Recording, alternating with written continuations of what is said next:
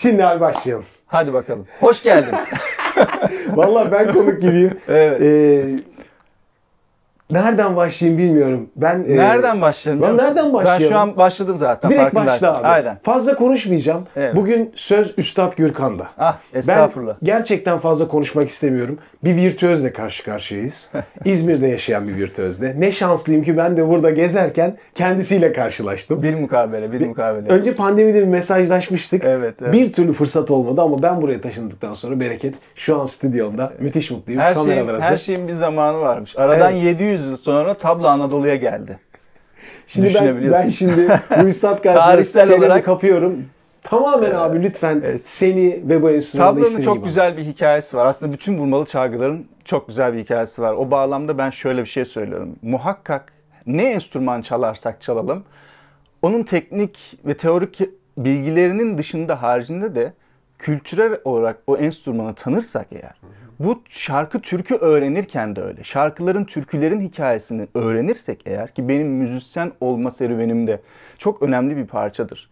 Ta çocuk yaşlardan beri eşlik ettiğim sanatçıların icra ettikleri, seslendirdikleri şarkıları, türküleri, sonuçta Anadolu insanıyım, bu coğrafyada doğdum, büyüdüm, hemen gökten Hindistan'a inmedim, değil mi? Evvela burada yetiştim ben. Evet, doğru. Ve burada müziği öğrenirken daha sonra büyük maestroların da evet bu yoldan geçtiğinin farkına vardım. Bu belki de içsel bir şey ama ben bunu aktarmaya çalışıyorum. Yeni müzisyen olma çabası içerisinde olan kardeşlerimize özellikle.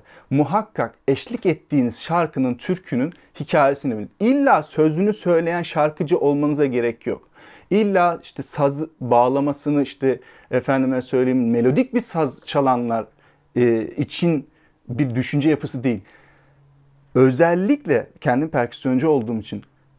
Çünkü bir 10-0 biraz gerideymiş gibi düşünülüyor perküsyon. Çünkü melodik bir hissiyat, bir duygu vermediği düşünülüyor ilk bakışta. Ama ve lakin özellikle perküsyoncuların yani birçok vurmalı çalgılar çalan kişilerin eşlik ederken gerçek ruhunu verebilmeleri için türkünün, şarkının hikayesini ne olursa olsun. Anadolu çok güzel, zengin bir coğrafya. Doğu Anadolu'sundan Trakya'sına kadar birçok da dile sahibiz Anadolu'da.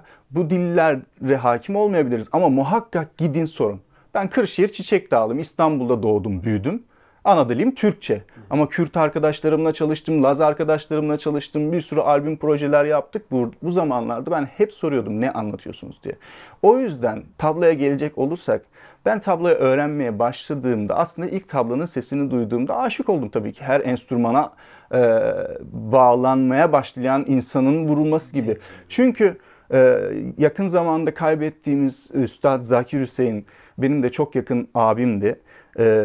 Söylediği çok güzel bir söz vardır. Her saz içinde bir ruh barındırır.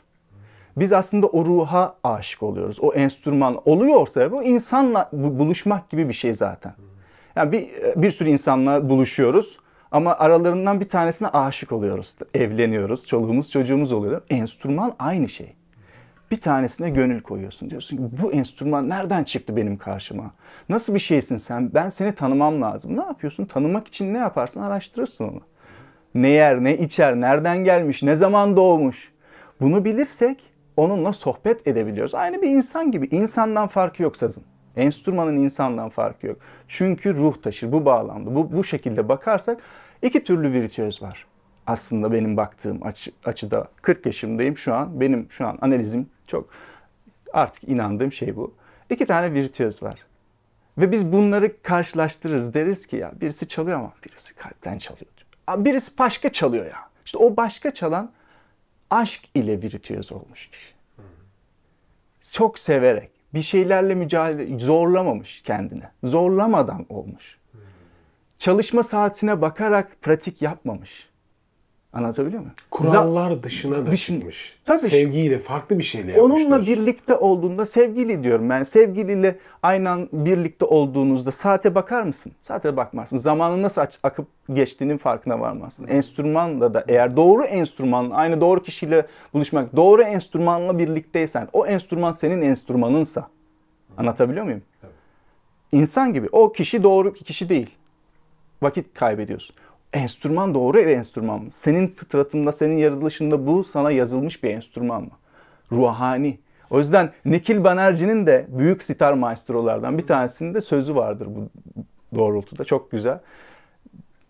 Burada dinden bahsetmiyoruz. Müzik spiritüeldir, ruhani bir şeydir ama din değil. Başka bir şey. Ruhanidir bu. Bunu hem Hindu Bhakti geleneğinde görüyor tarihçiler. Yani ruhaniyeti müzik yoluyla, güzel sanatlar yoluyla aktarma ekolü. Bhakti 12. yüzyılda çıkmış Hindistan'da. Hindistan tasavvufu, Hindu tasavvufu yahut öyle söyleyebiliriz. 13. yüzyılda da İslam tasavvufu var. Bakın bizde aynı dönemde Anadolu'da kim? Mevlana Celaleddin Rumi. Ne var aşkını anlatırken? Musiki tam da hikayenin ortasında. Mevlevihanelerde müzik enstrümanları icra edilir, müzisyenler yetiştirilirmiş. Bunun hikayesini çok kısa bir şekilde şöyle anlatabilirim. Hindular müziğin tanrılar tarafından insanoğluna aktarıldığını, bunun sebebinin de yeryüzünde kaosun bitmesi amaç ederek.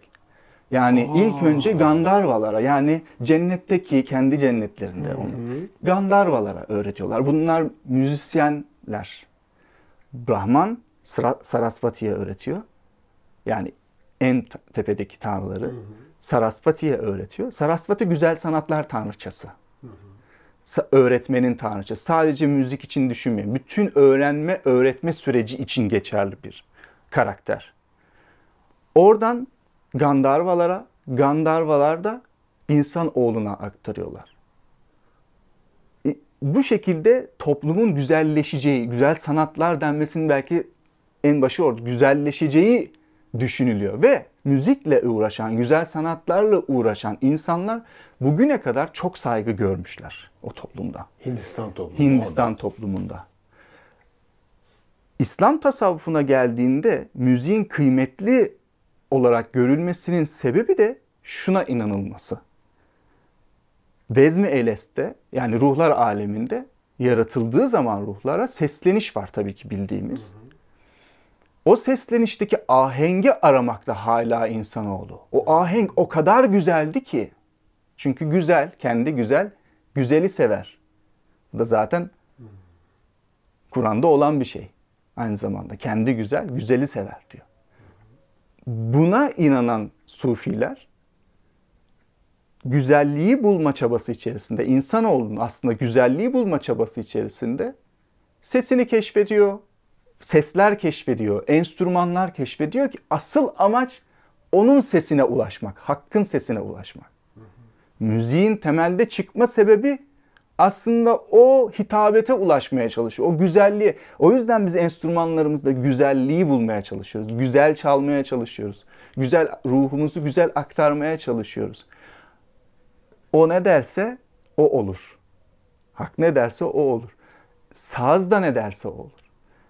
Bakalım o ne diyecek diyor Kishan Maharaj bir gün sahneye çıktığı zaman. Diyor ki Pandit Kishan Maharaj çok büyük bir tabla maestro. 2000'li yılların başında vefat etti. Bir gün sahneye çıktığında söylüyorlar. Usta Pandit deniyor Hindu maestrolarına. Müslümansa da üstad unvanı alıyor başına. Tabii bunlar da kendilerine göre verilmiyor. Kesinlikle bir müzik adamının, yine bir müzik adamının ona ancak üstad demesiyle üstadlık seviyesine veya pandit seviyesine ulaşılabiliyor. Orada da bir liyakat, hani kesinlikle yüzyıllardan beri devam eden bir şey var. Diyorlar ki çok güzel çalacaksınız, eminiz çok güzel bir model. Bakalım diyor saz ne diyecek? Bakalım tablayı dinleyelim de tabla ne diyor? Oraya getiriyor hikaye. Dil veriyor yani Dil. ona. Tablanın diliyle alakalı. Şimdi dedim ya tarih bilmek lazım evvela. Nereden gelmiş? Şimdi unutulmamalıdır ki ta 900'lü yıllarda Hindistan coğrafyasına muazzam bir Türk hakimiyetinin başlaması söz konusu oluyor. Kim bu? Gazneli Mahmut. Gazneli Mahmut, Gazneli Devleti'ni kuruyor orada. Ve arkasından birçok Türk sultanlığı kuruluyor.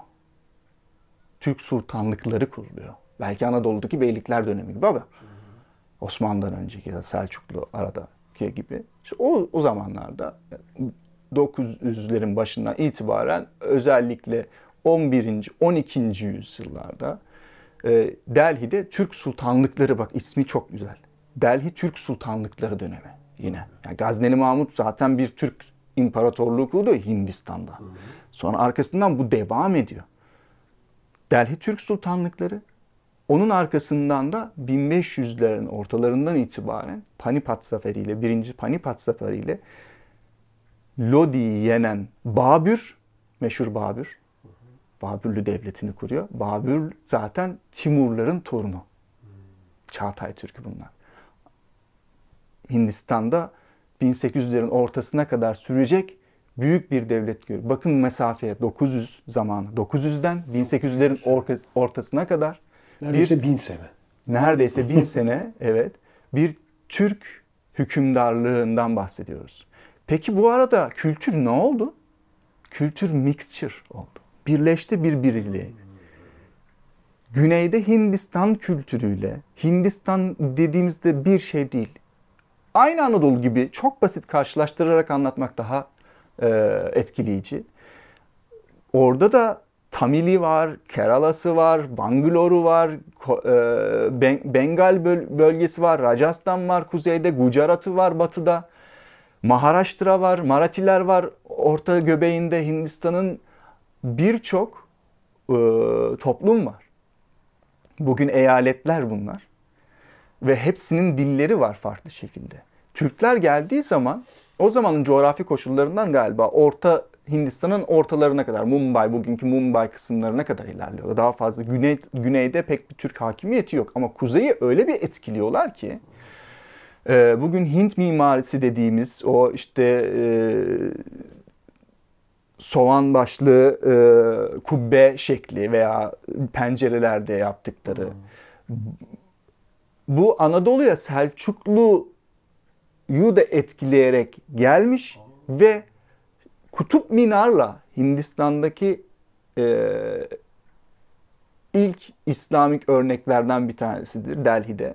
Kutup Minar'la Yivli Minare neredeyse kardeş. Bunu daha önce belki karşılaştıran ya da açıklayan olmamıştır.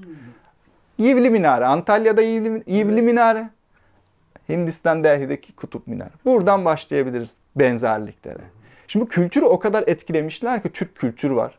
Kıyafetinden bugün Hindistan'da kullanılan kıyafetlere kadar, aslında Kuzey Hindistan'da kullanılan uzun üstlerine giydikleri kurta dediğimiz şeyler. Bunların hepsi aslında kuzeyden etkilenen. Yemekleri, dil ve tabii ki İslamiyet giriyor. Bununla birlikte Arap alfabesi kullanılmaya başladı. Devlet dili olarak Farsçayı kullanıyorlardı Delhi Türk Sultanlıkları döneminde. Bu dönemde önemli bir şahsiyet karşımıza çıkıyor. Çok fazla tarihle sıkmak istemiyorum seni de. Vallahi ben hiç sıkılmıyorum. Çünkü bu dediğim gibi, yani sen bu işe çok fazlasıyla hakimsin. Detaylarını anlatman birçok bilmeyen kişi Aşk ile işlerse gönül el ona secde eder. Dibine kadar gitmişsin. Ben de böyle bir Lütfen durum söz konusu. Şimdi 12. yüzyılda çok kendisine zaten aşık olduğum bir karakter ortaya çıkıyor. Ve iyi ki de öğrenmişim. Çünkü Hindistan'da bile anlatılmayan birçok şeyin farkına vardım o kişiyi öğrenirken. Kim bu? Türkçe Emir Hüsrev. Emir Hüsrev. Türkçeleştirdim. Emir Huşru. Dehlevi. Dehlevi yani Delhili. Delhi'nin tarihteki ismi Dehli. H önde. Dehli. Emir Huşru Dehlevi 12. yüzyıl, 13. yüzyıl döneminde, 1200'ler döneminde Alauddin Kilci'nin zamanında, Delhi Türk Sultanlıkları dönemi bir sürü hükümdar var tabii o zaman. Alauddin Kilci zamanında, gerçi rivayete göre 7 tane hükümet değiştirmiş O dönem 7 tane hükümet değişmiş. En çok bilineni Alaaddin Kilci zamanında palazlanıyor, gençlik dönemi vesaire ve ona finansal olarak destekte. Nasıl bu? Emir Kuşru onun sarayında saray şairi. Çok önemli bakın. Saray şairi. Şair. Şiir birçok müziğe yön vermiş bir unsur. Ritmik paternler. Bugün usul dediğimiz şey şiirden çıkma. Emir Kuşru saray şairi, müzisyen, entelektüel, birçok dil biliyor. Farklı farklı dünyaları geziyor geliyor, o zamanın traveler'ı, seyahatçisi. Bizim Evliya Çelebi gibi. Seyahatçi. Öyle olunca da Alaaddin Kilci'nin bir numaralı adamı. Çünkü bütün hükümdarlar kendine beste yapılmasını, değil mi? Anadolu'da, Osmanlı'da severler, makamlar çıkmış değil mi? Onlar övülsün isterler ve kadrolu müzisyen çalıştırırlar. Şimdikiyle karşılaştırdığımız zaman onun gibi bir şey. Saray müzisyenleri var. Saray tarafından kullanıyorlar. O lüks içerisinde yaşıyorlar. Aynı şekilde şairler de var. Çünkü onlar da şiir söylüyorlar. Onun muhteşemliğine, onun güzelliğine güzellemeler, örnekler yapıyorlar. Emir Kuşru'da şöyle bir şey oluyor. Alaaddin Kilci'nin yanında böyle güzel bir pozisyondayken bir gün Nizamuddin Evliya ile karşılaşıyor. Burası çok kıymetli. Nizamuddin Evliya adı üstünde. En büyük zenginliği aşkı. Aşkı yani kendi içinde yaşadığı ilahi olan varlığa duyduğu aşkı. Anladım. Kendisi Çiştiya ekolünden gelen silsilenin o dönemdeki mensubu. Şiştiya ekolü mü? Şiştiya ekolü tasavvuf geleneği Hindistan'daki. Oradaki tasavvuf geleneği. Evet, Bize benziyor mu? Çok benziyor. Çok benziyor. Mevlevilikle paralel gibi düşünebiliriz. Çünkü musiki var içerisinde. En basit versiyon olarak söylemek gerekirse.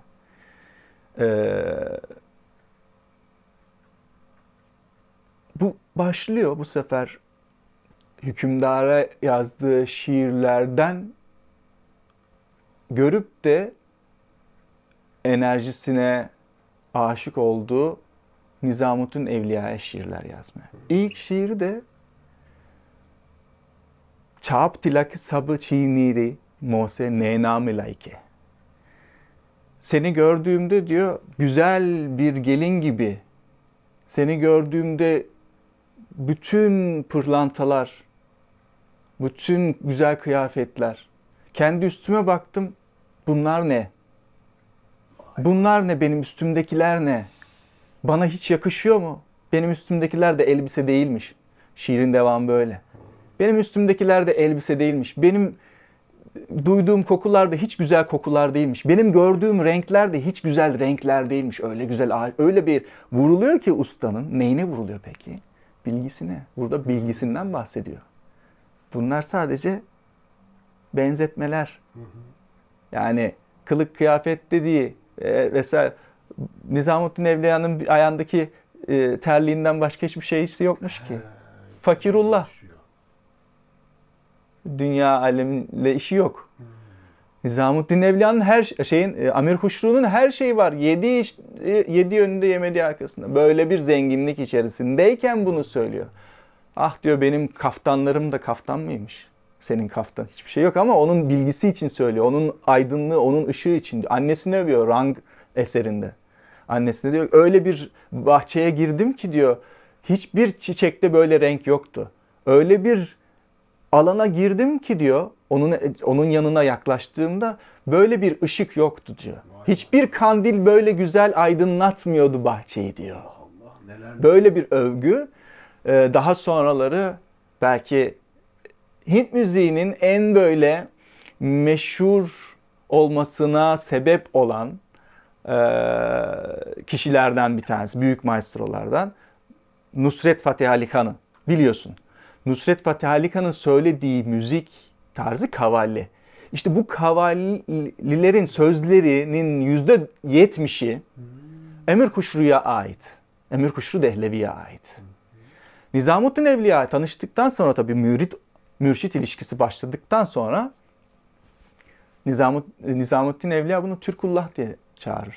Öyle bir isim koymuş. Türkullah. Allah'ın Türkü. Onu öyle sesleniyor. Aralarındaki ilişki Şems-i Tebrizi ile Mevlana'ya benzer.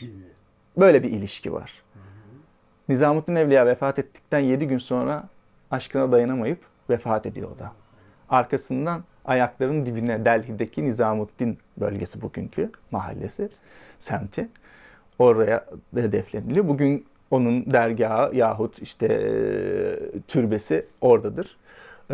Her perşembe günü orada meşk olur. Müzisyenler giderler. Emir Kuşru'nun eserlerini seslendirir Nizamuddin'e karşı. Sırtlarını Emir Kuşru'ya derler. Karşılarında Nizamuddin türbesi, otururlar orada meşk ederler. Gittin mi? Gittim tabii. Her sene Her gittiğimde ziyaret Ne ederim. güzel. Yani benim güzergahım bu şekilde. Şimdi Emir Kuşru'ya neden böyle bir giriş yaptım? Emir Kuşru şair dedim. Birçoklarımız merak ediyorlar. Tabla enstrümanı söylüyorlar, bir şeyler söylüyorlar ve onu çalıyorlar. Şimdi bu bir şeyler söylediğimiz şeyin de mucidi Emir Kuşru Dehlevi. Çünkü Anadolu'ya çok lightlaşarak böyle gelen terennüm diye bir gelenek var Türk müziğinde. Evet. Tennenni, terenenni, tennenni, ten. Değil mi? Evet. Bu aslında vakti zamanında asıl amacı Sufilerin vecde geldikleri zaman terennüm, tekrar ettikleri, zikirden daha üst bir seviyede düşündükleri bir sound healing durumu. Anlıyorum. Bu sesten kendi rakslarını dönüyorlar, sema ediyorlar. Sema bugünkü formunda bir şey değildi zaten. Bunu hepimiz biliyoruz. Sema Mevlana, Celaleddin Rumi gibi bütün sufilerin, sadece Mevlana değil, bütün sufilerin vecde geldiklerinde hakkın ateşiyle dans ettikleri bir formsuz aslında bir ruhun dansı. Yani onun bir şekli şemali yok. Şöyle yapılacak, böyle yapılacak diye bir şey yok aslında. Böyle de çıkıyor. Ve o esnada terennüm kendini tekrar ede ortaya çıkmış bir şey. Sonra bunu bir formlaştırmak adına tablada disipline edilmiş. Her vuruşun bir hecesi var. Hepsine konmuş. Bunu keşfeden, kavalli müziğini ortaya çıkartan, kavallinin içerisinde naatlar var. Övgüler var Hazreti Muhammed'e. Ehli Beyt'e olan övgü eserleri var. Meşhur Dammastı Kalendar'daki gibi. Mola Ali Mola, ilk kavalli mesela. Man kunta Mola. Faz Ali Man kunta Mola. Yani kavalli müziği. Müslüman İslami bir yapısı müzik var. İslamik müzik tabii. Tasavvuf müziği aslında. Bu bağlamda dinle spiritüeliteyi ayırmak gerekiyor. Zaten yani onu bilenler bilir. Şimdi Hindistan genel olarak algı olarak hani şimdi, değil mi? Başka bir din gibi gözüküyor. Ama bak en başta ne dedik? 1800 arası. Yani bu bahsettiğin kültürün oluşmasını Türk devletleriyle oluşan ve gelen İslamik yapı. Tamam. Şimdi çözüyoruz. Kavalli müziği de buradan türemiş. Kavalli müziği. Sonra isimlerine bakın. Sitar, meşhur enstrümanları, değil mi? Evet. Kim bunu meşhurlaştırıyor? Dünyaya tanıtanlar Pandit Ravi Shankar, Ali Akbar Han'la birlikte 1947 Hindistan'ın bağımsızlığından sonra delegasyonla birlikte, kültürel delegeyle birlikte dünya turnesi yapıyorlar. İlk Sovyetlerle başlıyor. Ondan sonra Avrupa, Amerika'ya gidiliyor. 1950'lerde Amerika'ya gidiliyor. O dönemlerde 56-57 yıllarında Ali Akbar Han Amerika'da kalıyor, Kaliforniya'da. 1950'lerin sonunda 59 gibi Kaliforniya'da Ali Akbar Han Kolej açıyor. Çok güzel bir atılım. Ali Akbar Han Kolej'de kendi aile geleneği olan pedagojik sistemle eğitim veriyor. Bu ne demek? İlla tabla çalmak istiyorsan tablanın olmasına gerek yok. İlk önce. Matematiksel bir beyne sahip misin? Herhangi bir ritim enstrümanına içsel ritmini oturtabilirsin. Bir. Ondan sonra tabla öğreneceksin. Bunu da yapabilirsin. Çünkü Amerika'dasın ve tabla yok. Anlatabiliyor muyum? Veya Amerika'dasın ve sitar yok. Amerika'dasın ve sarod yok. Cellonla gel. Ne çalıyorsun? Kemanla gel. Asıl olan müziği öğrenirsen, saz hakimiyetin varsa zaten. Önemli olan konu da bu.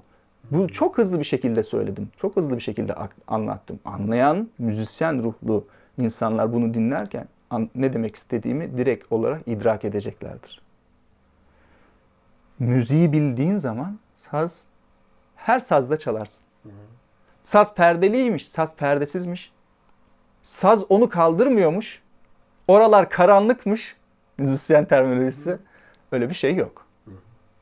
Her sazda şarkı söyleyemeyecek bir ses yok. Düzenlersen bariton da var, bas da var, tenörü de var, sopranosu da var. Kendince söyler. Herkes kendi kabınca doldurur kabını, Yunus'un söylediği gibi. Kimisi bir kap bardak, kimisi bir koca galon alır. O dönemlerde Ali Akbar Han Amerika'da Hint müziğinin köklerini oluşturdu. Oraya yayılmasının tohumlarını attı. Avrupa'da 1984 senesinde daha birkaç gün önce vefat etti. Kendisiyle de tanıştım. Ken Zuckerman. Ken Zuckerman Ali Akbar Han'ın çok önemli bir öğrencisiydi. Senior disciple. En üst düzey öğrencilerinden. O da panditlik seviyesine ulaşmıştı. Yani maestro olmuştu vesaire. Çok nadirdir. Hint kültüründen, yani Hintli olmayan birilerinin o seviyelere ulaşması çok nadirdir. Bu da çok basit bir açıklamayla. Tabii ki biz orada doğmuyoruz, orada büyümüyoruz, oranın yemeklerini yemiyoruz, o kültür yok, 24 saat o müzik çalmıyor, ruhaniyetten olur. Ama olanlara da çok büyük saygı ve inanılmaz bir hürmet var. Çünkü aslında daha zoru yapıyorlar. Dışarıdan yapıyor. John McLaughlin bunlardan biri mi mesela? John McLaughlin 1970'lerde evet rahmetli Zakir abimle, Üstad Zakir Hüseyin'le tanışıyor. Büyük bir şans tabii ki bu. Birbirlerini bulmaları. İşte enstrümanla buluşmak gibi bir şey değil mi bu yani? O da onun yareni oluyor senelerce ve dünya turneleri, Shakti, efsanevi Shakti grubu. Tabii ki McLaughlin'ın daha önce şeyi var. Mahavishnu Orkestrası, bir esinlenme, Hint, bir şeylerin farkında. Cazcıların zaten özellikle doğaçlama konusunda Hint müziğine bel bağlamalarının kökenleri Coltrane'den başlıyor, belki de John Coltrane'den başlıyor. Çünkü oğlunun ismi de Ravi Coltrane. Hatta oraya kadar geliyor. Daha belki biraz daha şimdi laf lafa açıyor. Çok teşekkür ederim. Hatırlatıyorsun. Beatles'ın meşhur George Harrison'ı Ravi Shankar'la inanılmaz bir dostlukları var. Ömürleri boyunca sürecek bir dostluk. Hala ailelerinin görüştüğü Ravi Shankar'ın kızı George Harrison'ın doğum gününde bile, hani doğum günü dediğim ve koca bir yani 5000 kişilik salon ve öyle bir şey yapılıyor. Dünyanın en büyük starları çıkıyor ve onun adına konserler yapıyorlar. Bundan bahsediyorum. Yani home party değil yani. John Coltrane'nin ailesiyle bile George Harrison'ın ailesiyle bile hala görüşüyorlar. Öyle bir bağ, öyle bir dostluk var. Yani bir dönem Ravi Shankar'ın öğrencisi olmuş George Harrison. Bazı Beatles şarkılarında sitar sesi duyuyoruz. George Harrison bir şeyler yapmaya istemiş, yapmış, etmiş ama çok da ilerlememiş. Öğrenmiş, onun öğrencisi olmuş. Ravi Shankar'ın söylediğine göre çalabilirdi ama o tercih etmemiş sitarcı olmayı. Gitarıyla birlikte Beatles'ı yükseltmişler. Aynı şey McLaughlin için de geçerli söylediğin. McLaughlin Güney Hint müziği öğreniyor. Şimdi oraya geleceğim. Bir tarihe tekrar dön. Evet, tarihe tekrar dönelim çünkü adım adım bazı şeyler. Türkler bu kadar uygarlık vesaire kurduktan, bu kadar oluşturduktan sonra coğrafi olarak güneye inememelerinden sebep böyle bir hayali bir ikiye ayrılma gibi bir şey yok. Bir hani politik bir durum değil. Hindistan'da müzik temel olarak ikiye ayrılır. Hindustani Shahastriya Sangit, yani Kuzey klasik Hint müziği, Karnatik Şastriya Sangit. Karnatik müzik yani Güney klasik Hint müziği. Bu temel. Hindustani müziğin içerisinde iki ana büyük form var. Evvela Drupat müziği, arkasından da Kayal. Drupat müziği sarayda yahut asıl temeli Hindu tapınaklarında ortaya çıkıyor ve saray müziği olarak devam ediyor. Efsanevi Babür padişahı, sultanı Akbar, Celaleddin Akbar Han zamanında muazzam bir saray müzisyeni var. Tansen, Mian Tansen. Mian Tansen'in hikayesi bambaşka. Hepsinin hakkında, bu az önce verdiğim isimler hakkında seninle birlikte seri çekeriz, öyle söyleyeyim. Anlıyorum. Hepsinin derinliği var. Hepsinin derinliği var ama kısa kısa anlatıyorum tarihi elimden geldiğince. Tansen döneminde okuduğu stil Drupat stili. Tansen'e niye burada önem gösterdim? Araştırmak isteyenler lütfen araştırsınlar Tansen'i. Yani Hindustani, Hint müziği ne? Yani burası işte kocaman bir okyanus. O okyanusta neler var? Okyanusu tanırsan eğer, o okyanustan beslenirsin. O okyanusun balığını tutarsın. Anlatabiliyor muyum? Tansen Drupat müziği söylüyordu. Ama bana şifayen aktarılan, yani bu müziğin eğitim pedagojisi olan sözel gelenek, Hintçe'deki terminolojimiz, yani Hint müziğindeki terminolojimiz, Guru Mukhi Vidya. Vidya, bilim demek. Guru, ustad, öğrendiğin kişi, öğretmenin. Ama öğretmenden çok öte bir noktaya koyuyoruz tabii biz bu şahsiyeti. Benim de hocam Pandit Sandesh Popatkar. Onun sayesinde ve onun gibi karşıma çıkan birçok guru prensibinde dostlarımdan, arkadaşlarımdan öğrenip bir şeyleri kendimde yakıp ortaya çıkarttığım bir karakterim var. Bugünkü müzisyenliğimin sebebi onlar. Ben eğer yani bu çok samimi bir şey. Bunu söylemek benim 40 yaşımda artık inanılmaz derecede içimden gelen, kalben inandığım bir şey. Yani kesinlikle söylemek için söyleyeceğim bir şey hiçbir zaman olmadı ama artık öyle hissediyorum ki bunu biliyorum. Burada oturuyorsam, bu enstrüman benim önümdeyse, sen beni karşına almış konuşturuyorsan, bunların hepsi hocalarımın duası, arkadaşlarıma olduğu vefa sonucunda beni ben yapan şeyler. O yüzden buradayım. O yüzden ben yok. O yüzden biz var. Vay ateş. Tansen'den bahsediyordum. Tansen çok önemli bir karakter, söylediğim gibi. Drupat müziği söylüyordu kendisi. Drupat bir form Hindustani müzik içerisindeki. Evet. Kuzey bölgenin. Kuzey mi? Hindustani, Kuzey klasik Hint müziği yani zaten. Aslında biraz Türklerin de içinde bulunduğu tarz. Aynen. Şekil verdikleri tarz. Drupat müziğinin müzisyeni vokal ragalar söylüyor, şarkılar söylüyor sarayın bahçesinde. Hatta öyle Akbar'la öyle yakın ki Celaleddin Akbar büyük imparator. Onunla öyle yakın dostluğu var ki ona küsecek kadar arkadaş.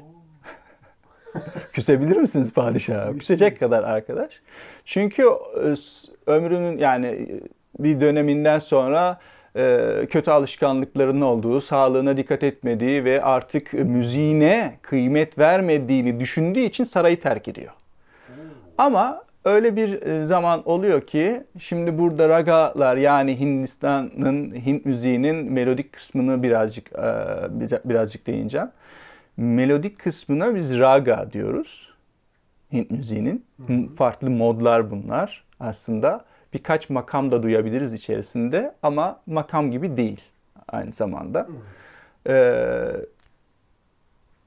Ritmik kısma da tala diyoruz. Yani ritme tala, melodiye raga diyoruz. Ve bu ragaları öyle bir sisteme getirmişler ki sabah, öğlen, akşam üzeri, saatlere göre gece yarısı. Gece yarısı. Tabii saatlere göre ayrılan ve hatta mevsimlere göre ayrılan ragalar var. Müzik evvela tabii ki eğlenceye dayalı bir şey olarak görülmemiş. İnsana şifa olsun diye de icra edilmiş. Bu bağlamda ruh halini dengelemek adına her saatte farklı makamlar gibi, her saatte farklı ragaların icra edilmesini öngörmüşler ve ona göre o ruh halini dengelemek için eserler üretmişler. Burada bir hikaye anlatacağım Tansen'le alakalı. Dediğim gibi mevsimlere göre ayrılan ragalar var. Bizde Anadolu'da yağmur duasına çıkmış halk. Mesela gitmişler hocalarla dualar edilmiş, efendime söyleyeyim. Bir sürü tarih boyunca da farklı toplumlarda, farklı uygarlıklarda buna benzer şeyler yapılmış. Hint müziğine de bu tesir etmiş ve yağmur dönemi ragaları var. Yani muson zamanında icra edileceği öngörülen ona göre yapılmış ragalar var. Ben hakikaten bazen bunu hissediyorum. Özellikle malhar, işte meg, malhar bunlar yağmur ragaları. Hakikaten eseri dinlerken çok büyük maestrolardan bir serinleme hissediyorsun vücudunda. Şu enteresan oluyor. Yani özellikle ben şeyi çok severim. Sarod maestro Amjad Ali Khan'ın şeyde de var, YouTube'da da var bir şeyi. Kaydı birileri koymuş. Onların kendilerinin uğraştıklarını zannetmiyorum. Öyle şeyleri yok galiba. Yani pek sosyal medya dünyaları var mı? Başkaları yapıyor onların da. Galiba yeni jenerasyon oğulları var mesela. Onlar yapıyorlardır bir şey ama ustaların yaşları zaten evet yani Amjad Ali Khan yanılmazsam eğer 75-80'e yakın bir yaşı var zaten. Genç sayılır Hint müziği şeyine göre. Yani doğru. Müzikte ustalaşma, aslında üstadlar hiçbir zaman kendilerine üstad dememişler. Başkaları onları adına böyle isimler koymak durumunda görmüşler ve isimlendirmişler. O yüzden müzik ne mutlu ki biten bir şey değil. Her zaman öğrenci olarak kaldığın zaman kendini geliştiriyorsun. Çok örnekleriz. Çok buradan da başka bir şeyler çıkar ama Tansen'le olan hikayeye döneceğim. Akbar'a kızıyor ve sarayı terk ediyor. Diyor ki ben artık seninle birlikte değilim. Govalior köyüne gidiyor. Kendi köyü Govalior.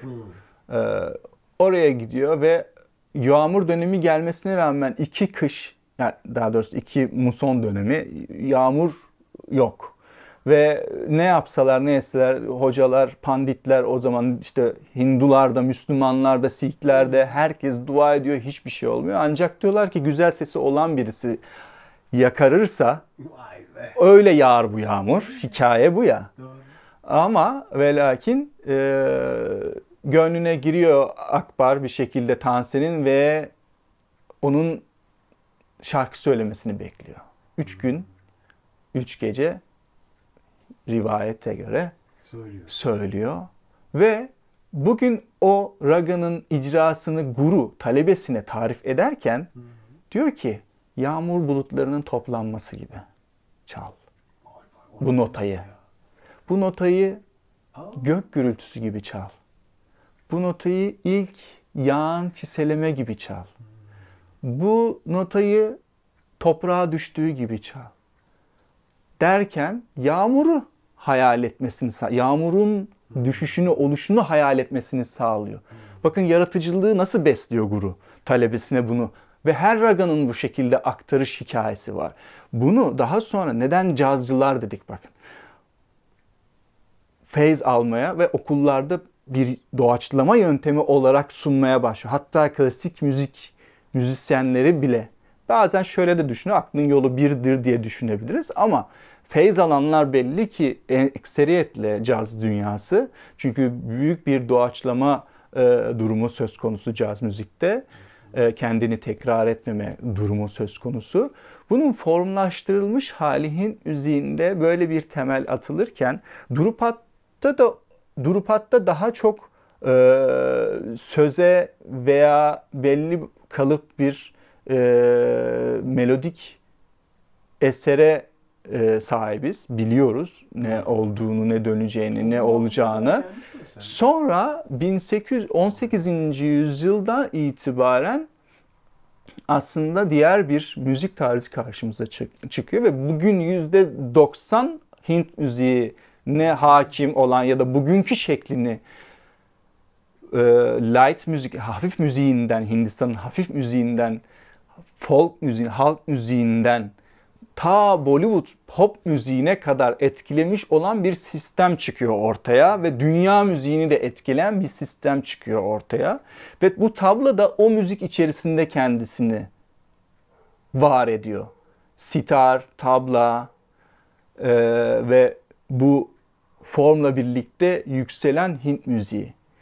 18. yüzyılda Adarang ve Sadarang iki tane kardeş, bazı kaynaklarda baba oğul diye gösterilir bunlar.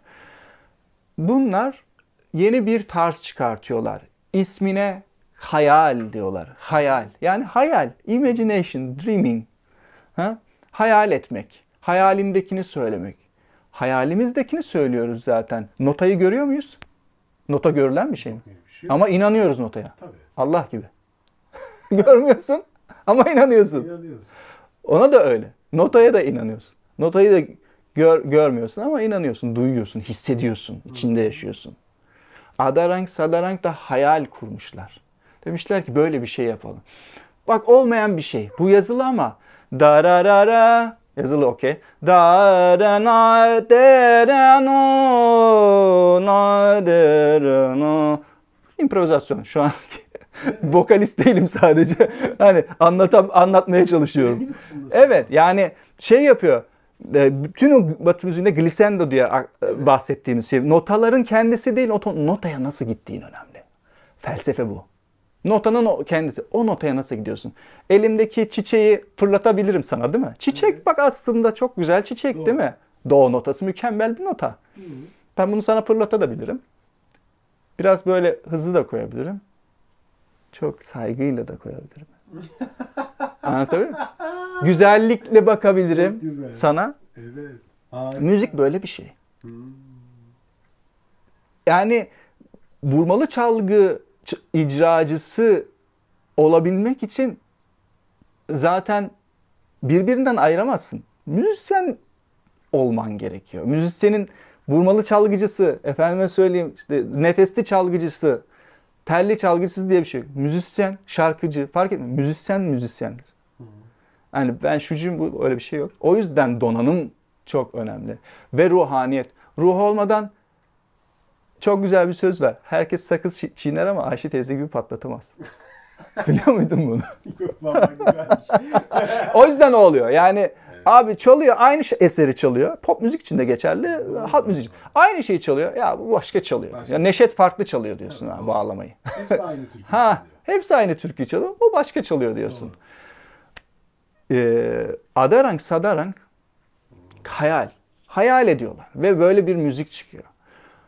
Tema var. Aynı işte caz belki de buradan aldı. Ve cazcıların ilgisini çeken kısım bu. Bir tema var. Okey. Temanın etrafında bir tavaf var. Temaya sadık kalarak bir improvizasyon, doğaçlama söz konusu. Anlıyorum. Temadan çıkarak ya da tema dediğimiz aroh avaroh yani iniş ve çıkışı raganın iniş ve çıkışına sarigama padyanisa sanida pamagarisa do re mi fa sol la si do so so hem re do. Bu Hintçesi. 8 nota var. O kadar başka bir şey yok. Aynı yani. Aynı. Hiçbir şey. Yok hayır. O pentatonik eserler var. Bizde de makamlar var benzer. O da bir makam olarak. Yani pentatonik olanlar var. Pentatonik Değil. Hayır. Var. Olmaz olur mu? Tamam, bu da bir algıyı... Pentatonik ragalar var tabii ki. İşte Malkanus. Madem ole geri adına balama. Madem ole geri. Gece yarısı ragası 12.30 falan. Rajan Mishra söylerdi bunu. Farklı zamanlara göre ayrılan ragalar devam ediyor ve temanın etrafında doğaçlama geliştiriliyor ve az önce söylediğim notanın kendisi değil, oraya nasıl gittiğin önemli. Bu fikirle birlikte Hindustani müzik, khayal formu büyüyor. Halk musikisi, farklı bölgelerdeki halk musikisine de tesir ediyor. Bengal bölgesinde Bengali müzik tarzına, Rajasthan bölgesinde Kalbaliyaların icra ettiği, Sufilerin icra ettiği kavalli, aşk ile söylenilen gazel değil ama bak, gazal. Gazalda bir ritmik construction var. Yani bir ritmik yani serbest bir form değil. Bir döngüsü olan eserler. Bunlar genellikle basit usuller, Türk müziğiyle karşılaştırılıyor. Basit usullerde bestelenmiş. Yani 6-8'den işte 2-4'ünden 4-4'üne ve bunlar aynı Türk müziğinde olduğu gibi isimlendiriliyor. Dadra, Kerva, 6 ve 4 için söyledim. Gibi. Evet. Ve her şey içinde mesela gazalda çalınan dadra ile tumride çalınan dadra farklı. Aynı dadra değil. Syllable'da farklı, yani heceler de farklı oluyor. Vuruş çeşitleri de farklı oluyor. O yüzden bir tane dadra öğrenmiyorsun. Tek bir semayı öğrenmiyorsun. Farklı şekillerde öğreniyorsun. Hint müziğindeki ritmik paternlerin idrakı melodinin kaçta başlayıp kaçta bittiğini hesap etme sonucu ortaya çıkmış bir şey. Yani bugün bir ritimci usul bulması gerektiğinde, bunu ben çocukluğumdan beri yaşadığım bir şey, derleme çalışması yapan abilerimin yanında yetişirken özellikle gelen kayıtları dinliyor ve onların usullerini nasıl bulacağımı kendi başıma çabalıyordum. Ne yapıyordum? Bu bir şekilde benim içime doğmuş bir şey, fikir ettim, bunu akıl ettim. Bana bu söylenmemişti ama bunu yaptım. Şu an ben söylüyorum ki bulsunlar, bilsinler diye. Evvela nedir? Asıl olan tempo. Asıl olan tempodur. Temposunu buluyorsun ilk önce. Ondan sonra kaça kadar devam ediyor bu? O tempoda sayıyorsun. Al sana ritim. Tempoyu ve kaçlık olduğunu çıkart. Usule sonra geleceğiz. Ritim ve usul farklı şeyler. Bak şimdi, devam. Usul nereden çıkıyor? Başta söylediğim şiir vardı ya, vezin. Vezinden çıkıyor. Tamam. Yahut melodik döngünün, bestenin kendisinden çıkıyor. Neresi ortası, neresi zayıfladığı yer melodinin, şiirin, aruzun. Birçok eser aruz vezninde yazılmış tarih boyunca. Redif var, aruz var. Bu sebepten dolayı usul çıkıyor, yoksa ben zannetmiyorum oturup da böyle 48-4'e kadar bir eser yapalım. Doğru. Sakil Türk müziğinde. Bunları söylerken nereye işaret ediyorum? Ben kendimle alakalı bir şey söylemek için demiyorum. Gördüğüm şu: gençler bir şeyleri teorik olarak ezberliyorlar sadece. İçselleştirmiyor. Mantığını anlamamışlar. Birçoğu yapsınlar ve kendilerini müzikal olarak daha ileri seviyelere taşısınlar diye anlatıyorum. Bu bitiyor aslında. Trik İngilizce'de bunları söylüyorum ben şu an. Seni bölmek istemiyorum. Çünkü çok bir şey söyleyeceğim. Çünkü bilgi bize ait değil. Bu mutlulukla yaşıyorum ben. İnsanlara da bunu aktarmaya çalışıyorum. Bilgi bana ait olsaydı ben egoist bir adam olacaktım. Bana tutacaktım, onu kimseye vermeyecektim. Anlatabiliyor muyum? Kesinlikle. Ben ne yapıyorum? Benden çıksın yahu şu top. Ben anlatayım da sana. Sen al götür. Aynı benim hocamın hocasının bana söylediği gibi. Aktarma sırası sende. Harika. Yani bizden geldin, bize geldin. Bizden öğrendin, aktarma sırası sende. Felsefi durum o kadar yakın ki ben neden kendimi uzak görmedim? Anadolu, Kırşehir Çiçek Dağı'lıyım dedim ya. Kim var? Meşhur Ahi Evran Veli. Ahi Evran Veli. Ne diyor? Bize gelen bizdendir, bizi geçen de bizdendir diyor. Çok güzel bir sözü var. Şu an aklıma gelmiyor. Hatırlarız sonra. Ama felsefi olarak hissettiğim şu. Yani aynı şekilde ne güzel. Bizi geçen bizdendir diyor. Kabul ediyor. Bizim diyor o. O da bizim diyor. Bize gelsin, ahlak ile çalışsın. Bütün her şeyimizi öğrensin. Bizi de geçiyorsa bizdendir o da diyor. Bize, çünkü bilgi bize ait olan, bilgi kadim bir şey. Ben bunu tutamam. O zaman kara bir taş olurum, kömür olurum. Ama pırlanta olmaya çalışıyorsak eğer, parlamaya çalışıyorsa, bugün Hindistan hükümeti büyük sanatçılara, büyük devlet adamlarına, müzisyenlere devlet ünvanı veriyor. Özel törenle. Bunların en üstünde Bharat Ratna madalyası. Bharat Ratna. Bharat Hindistan demek. Ratna pırlanta demek. Hindistan pırlantası oluyorlar yani. O yüzden biz bilgiyi tutamayız. O yüzden aktarmak ne mutlu. Ben bunları aktarma sebebim işte buradaki felsefe yahut tasavvuf yahut bir şey neyle adlandırırsan adlandır. Bilgi bana ait değil. Ben onları aktararak mutlu oluyorum yani. Yunus'un söylediği gibi değirmen akıyorken gel kabını doldur. Çok güzel. Harika.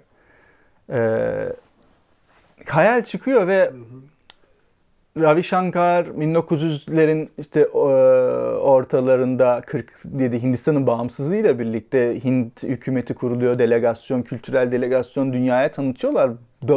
Tanıtırken hem klasik müzikçiler durumun farkına varıyor hem de caz müzisyenlerinin ilgisini çekiyor. Çünkü inanılmaz yoğunlukta bir doğaçlama söz konusu. Tema var, doğaçlama var. Tema var, doğaçlama var.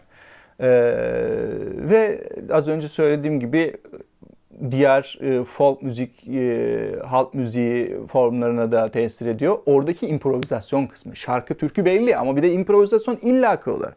Ve bunu yaparken köylüsünden eğitimlisine kadar muhakkak ki şifaen aktarılmış nota eğitimini edinmiş ve Batı'da sadece eğitim sırasında uygulanan solfej notaları ağızla söyleme geleneği süslendirilerek sahne performanslarında da kullanılmış.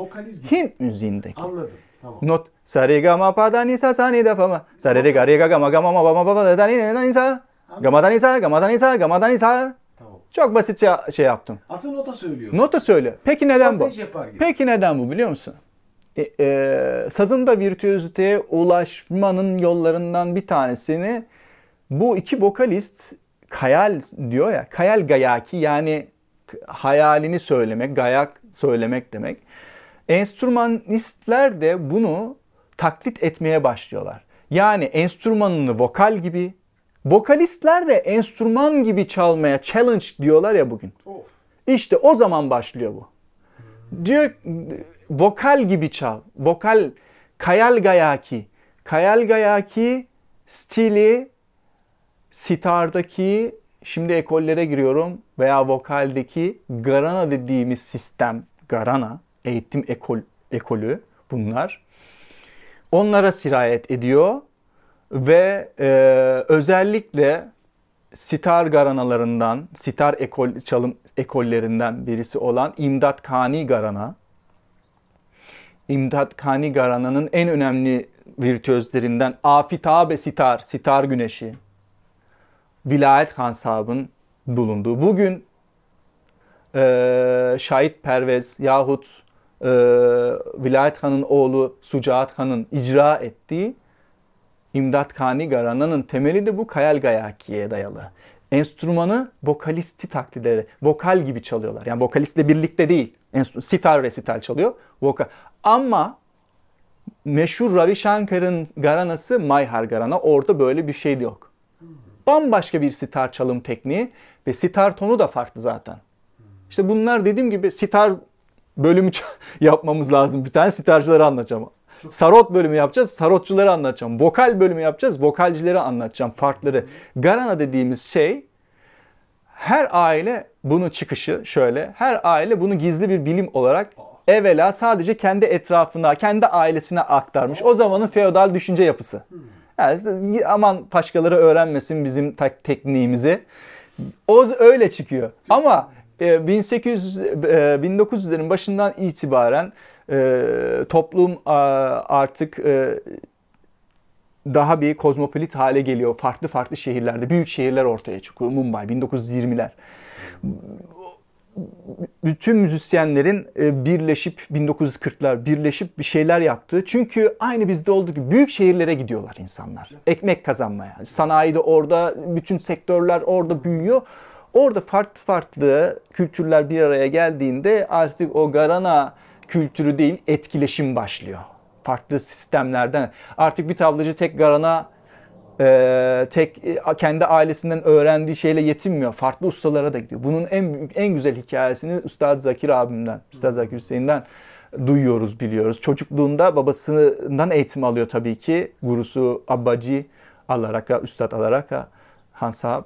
Ama onun büyüdüğü ortamda kimler yok. Amir Hüseyin Han,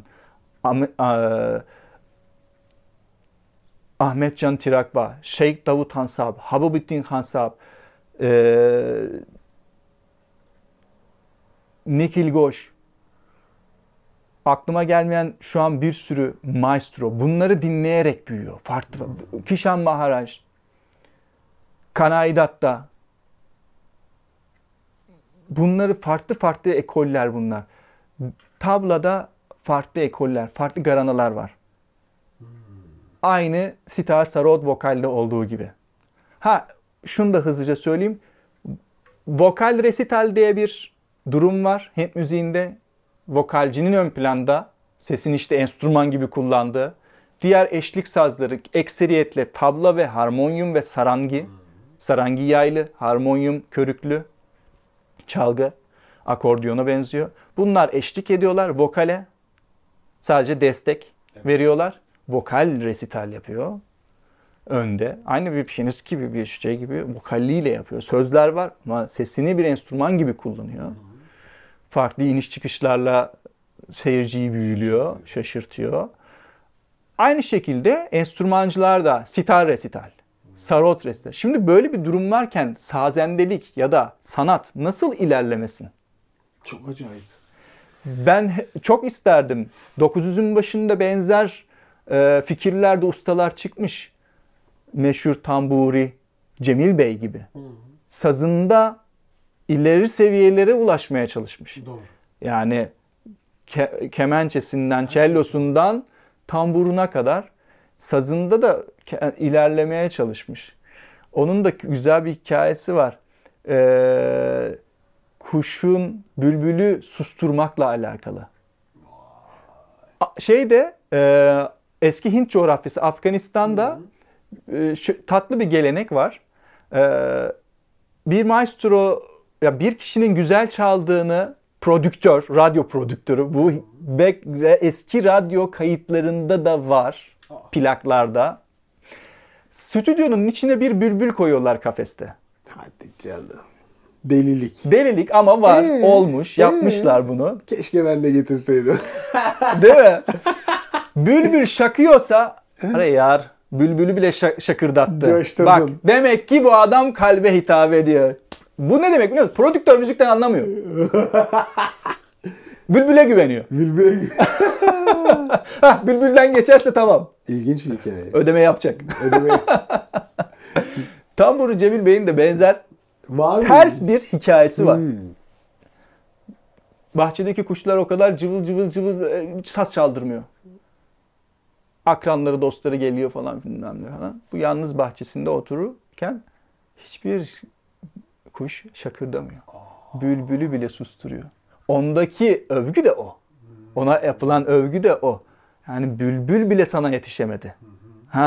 Buradaki ustalık. Ona da bakış açısı, oradan da bakış açısı o olmuş. Güzel. Öyle bir şey olmuş.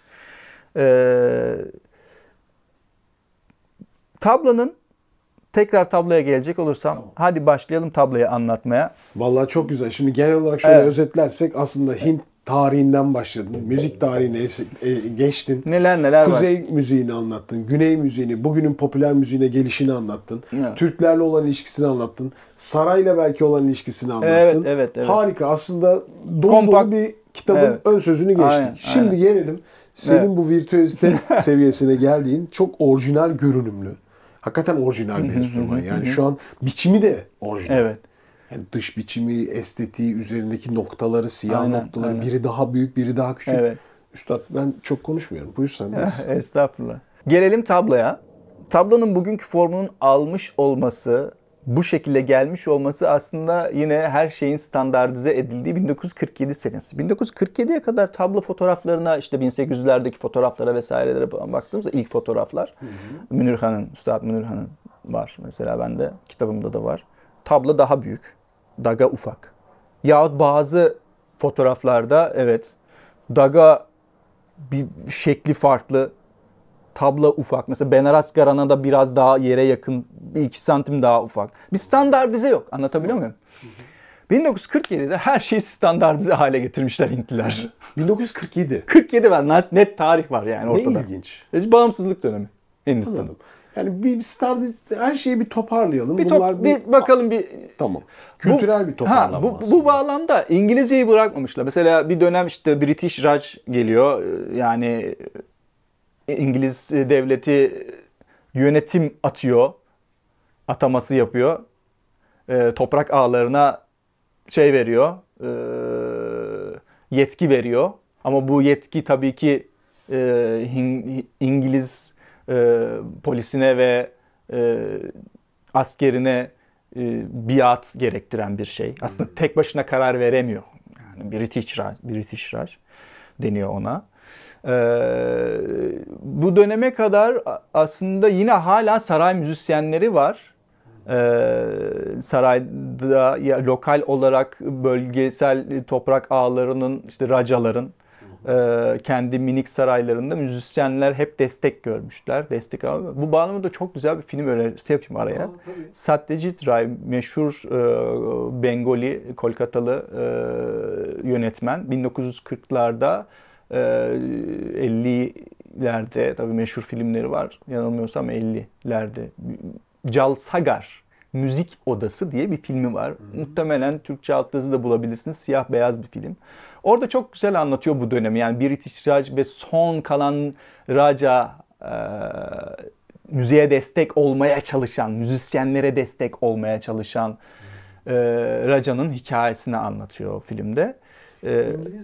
Belki de Tony Gottlieb Satyajit Ray'dan esinlenerek müzik peşinde filmler yapmıştır bak.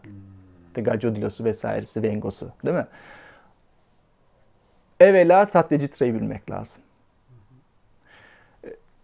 Satyajit Ray'ın filmlerinde anlatıldığı gibi evet Hint müziği destekleniyordu. Saray müziğiydi hala ama daha sonra unutulmaya ve destek alamamaya başlayan müzisyenler kendilerini sokakta buldular. Saraydan artık destek alamıyorlardı ve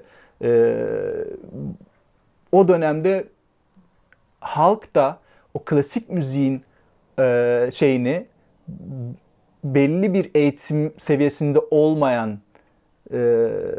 güruh farklı bir müzik tarzına ihtiyaç duydu. Aynı şey bizde de belli paralellikte olmuş.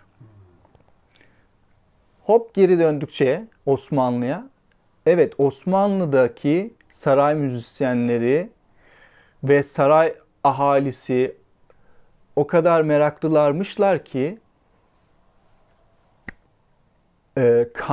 Dimitri Kantemir'in edvarında Hindiler diye bir bölüm var. Nota partisyon bölümü var. Hindilerden diye. Birkaç sene önce 2016'da Miami'da ben açıklama yaparken İstanbul Teknik Üniversitesi Miami'da Müzik İleri Araştırmaları Merkezi. Orada bir şeye değindim. 48-4 sakil olarak usulünde yazılmış olan, notaya alınmış olan Hindiler bölümündeki eserin aslında 48-4 diye doğru saymış. 48-4'te bir usulün başına dönüyor. Ama ismi bunun Ektal. Ektal yani o Türk müziği olarak düşmüş ve Dimitri Cantemir onu sakil olarak yazmış. Usul sakil olarak yazmış. Ama ve lakin 48-4 okey. İsmi Hint müziğindeki ismi Ektal olacaktı diye orada böyle değindim. Hatta bizim Türk müziği usulleriyle karşılaştırıp ne dedim? Mesela devri Hindi adından beri Hint devri. Hint'ten geliyor. Ama mesela devri Turan'la farkı ne? Üçlerin yerinin değişik olması. Devri Hindi 3 başlı, devri Turan 3 sonda. 1-2-3-1-2-1-2 Hindi, 1-2-1-2-1-2-3 devri Turan. Bunlar isim vermişler. Yani oradan duydukları usullerin isimlerini vermişler. Deep Chandi 14, Devri Revan 14. Mesela benzer. Düm reketeke tekka reketeke düme düm reke tekka reketeke. Şimdi buradaki farklılığı da kısaca söyleyeyim. Türk müziğinde usulün ortasında güçlü vuruş darp var. Hint müziğinde ise bunun tam tersi. Ortada zayıf nota var. Da den da da den da da dinle yine da den tak bak kibar geldi. 1 2 3 4 5 6 7 8 11 12 13 14 1 2 3 4 5 6 10 Çok güzel. Türk müziğinin anası 1 2 3 4 5 6 7 düme düm güçlü bir vuruş geldi. Bu bizde yeni jenerasyon şeydir ve usullerimizdeki karmaşıklığın çıkmasının teorisidir şu an söyleyeceğim şey. Darp ortada olduğu için usulün bittiği ya da başladığı yeri orası olduğunu yani birçok kez 14-8'liği 7-4 zannediyoruz. Doğru. 7-8 zannediyoruz. Çünkü ortasında güçlü geliyor bir anda. Ortada bir anda güçlü bir şey verildi. Bezini takip etmezsen Mümkün değil. Yani. anlamazsın. Usulün başı burası dersin. Güzel. Ama Hint müziğinde öyle bir filigri, öyle bir dantel gibi işlenmiş ki durum. Onun 14 olduğunu Ne yapıyorsun? Anlıyorum. Diyor orada da zayıf durdu. Soluklandı, bir su içti orada. Hop 1'e tekrar getirdi. Öyle bir rahatlık var. Bu iki şeyin analizini yapıp donanımla ortaya çıktığında illa tablacı olmanı. Timbal'de çalsan, kongada çalsan, ne çalarsan çal. Perküsyon olarak ne çalar. Bu donanım olduğu zaman hem kayıtları çok güzel çalacaksın. Her şey çok güzel. Tempo, ritim nedir? Usul nedir? Farklı şeyler. Bunları bir geçmek, anlamak gerekiyor. Tabla 13. yüzyılda Emir Kuşru tarafından geliştirilince ya da çünkü onu böyle flu bir şekilde söyleyebilirim. Netlik hiç kimse söyleyemiyor. Kalben inanıyorum. Yani evet Emir Kuşru Devlevi yapmış. Çok kişi de onu söylüyor. Zakir abi de onu söylüyor. Evet Emir Kuşru'nun icadı. Ama icat sözü birazcık böyle riskli bir söz. Çünkü sazlar hep gelişim göstermiş. Bütün bağlama bile hani bugünkü kısa bağlamanı 1970'lerde ortaya çıkan bir durum var yani. Doğru. Yani, bir sürü form değiştirerek yani icat edenini mümkün değil birçok noktada. O yüzden ben onu icat olarak söyleyemiyorum. Öyle söylemek istemiyorum ama geliştiren, bildiğimiz bu hale benzeri hale, bunun benzeri haline getiren kişi Emir Kuşru'dan sonra 18. yüzyıla kadar böyle çok fazla bir şey bilmiyoruz. Ama 18. yüzyıla gelindiğinde garanalar ortaya çıkıyor. Ustadların isimlerini biliyoruz. Guru Şişe Parampara yani guru öğrenci, hoca öğrenci ve bunun geleneği çerçevesi içerisinde Gurumukhi Vidya ile hocanızın ağzından şifayen öğrendiğimiz bilgiler çerçevesinde tablanın bütün seceresini, bütün silsilesini hem garanaların hem de o garanalara mensup üstadların hayatlarına ve kompozitörlüğüne dair bilgileri ancak 18. yüzyıldan itibaren biliyoruz. Aslında genç bir enstrüman. Evet. Ya Hint soy ağacını 1800'lerden sonra son 225 Aynen. yılında Hani biliyoruz. ben Hacı Vilayet Ali Han Sahab diyorum. Hacı Vilayet 1700'ler. 1700'lerin sonu. Farukabad Gharana'nın kurucusu. Founder of Farukabad Gharana. Mian Bakshuji'nin damadı. Yani biz hayatlarını biliyoruz, öğreniyoruz. Çünkü önemli. Mian Bakshuji de Lucknow Gharana. Şimdi sıralamaya gelelim. İlk Gharana Delhi Gharana. Delhi'de çıkıyor ortaya çünkü. Sittab Khan Dadi. İkinci Meru ve Kallu kardeşlerin kurduğu Ajrara Gharana. Gharana neydi? Gharana, gar aile demek. Ha, aile. Garhana aile ve etrafı, sülale demek. Sülale. Sülale demek. Ajrara sırasıyla bu tarihsel sıralama. Arkasından Lucknow, Mian Bakshuji.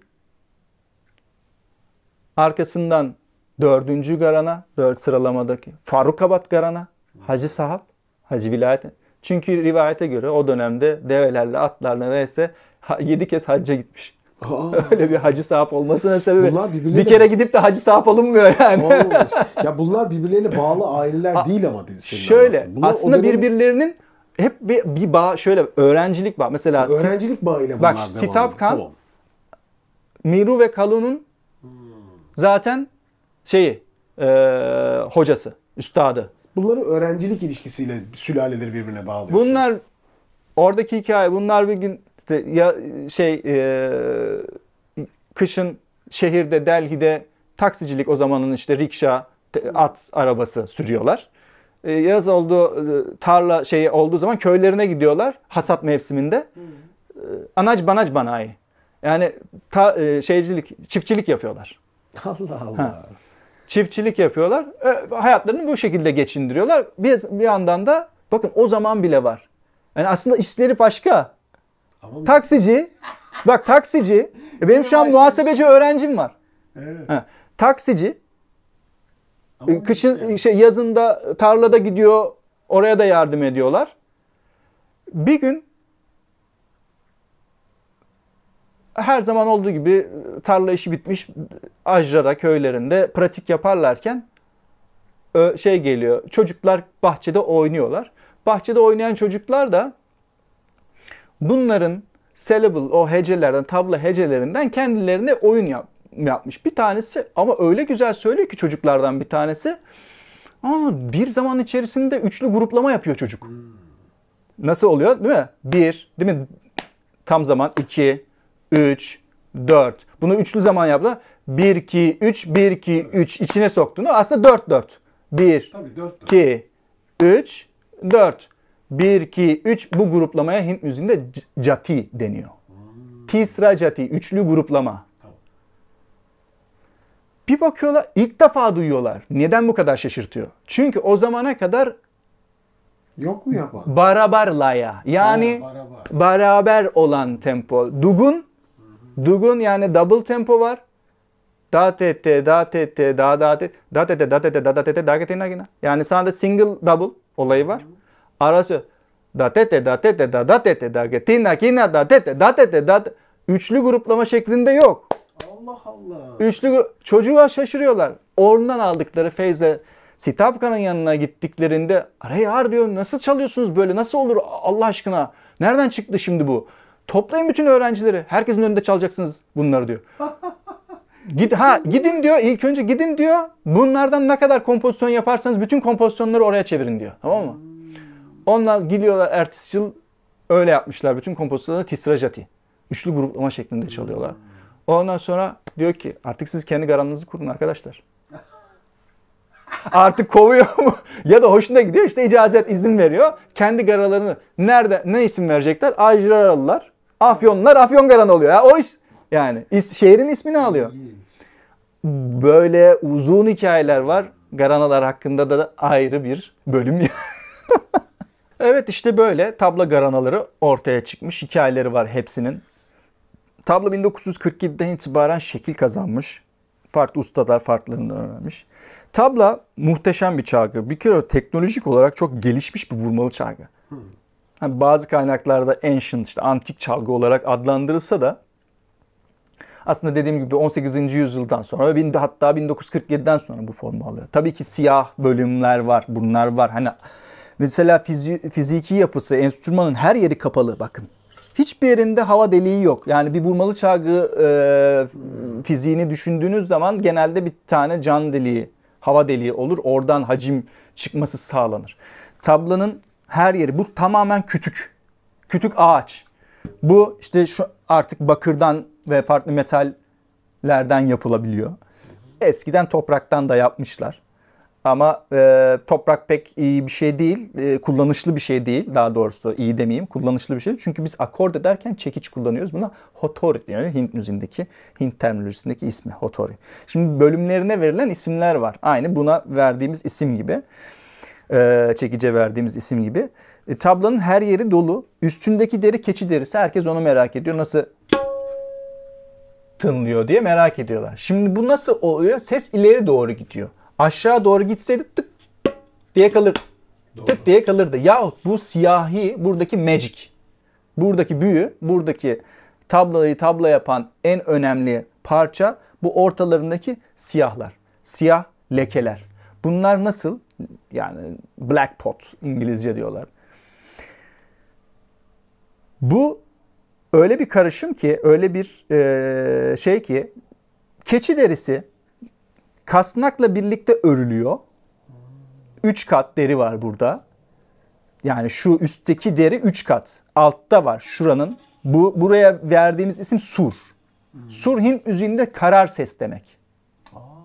Etrafımızı çevrelemiyor mu surlar? Evet.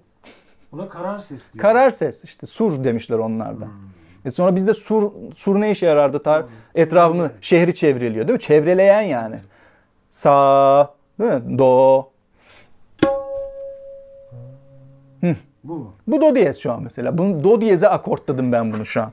Şimdi 3 parça deri kenar derileriyle birlikte örülüyor. Gacra deniyor bunlara. Bu ipe kenardaki gacra. Dikey duran bu iplere de, bunlar da deri ipler. 11 metre deri ip bunun etrafında. Tamam. Buna da bardi ya da vardi deniyor.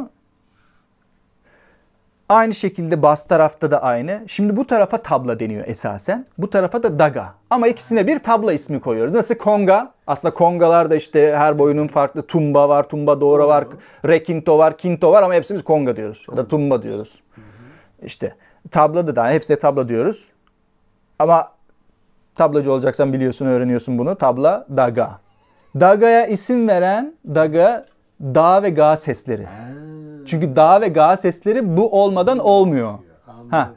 Güzel.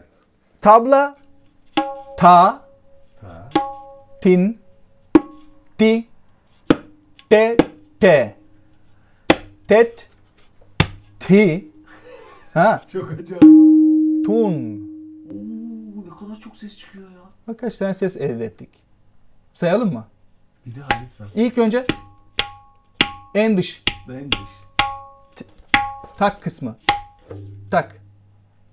Sonra bir de. Ta. Biraz daha içe. Na. 3. 4. 5. 6. 7. 8. 9. 10. 10 tane vuruş var. 10 tane vuruşu var. Daga. Bunda Gi. bas zaten. Gi. 11. 12. Ga. Açık bak. Ga. Açık. Ga. 13. Ki. Çut ki. Çota. Ufak. Çut. Çut ki. Ki. Ka. 16 tane ses var tabloda. Bunlar temel vuruş. Sonra bileşenleri. Beraber bir de. 17. Tinle G birleşti. Evet. Din. Bas ses ekledin. Çok basit matematik. Evet, doğru. Tin, bas, din. Çok güzel. Ta, da. Büyü. Kran, nara. Ay bayıldım ya. kran, floje, çarptırma, flem, nara, Aa, çok acayip. dinegene, tak, dinegene tak, ha? Konuşuyor. Tabla dili olan bir vurmalı çalgı. Cazcılara gelelim. Neden öğrenmek istediler? Çünkü tabla dili olan bir çalgı. Sen İngilizcen var ama Türksün. Nereye çeviriyorsun beyninde? Türkçe'ye, şunu demek istedi. Tablacı da tabla dilini bildiği için bir davulcu, bir gitarcı, bir şeyci bir şey çaldığı vakit bunu batılı cazcılar fark ettiler. Tabla dilini bildiğin zaman tabla diline çeviriyorsun. Bunu diyor.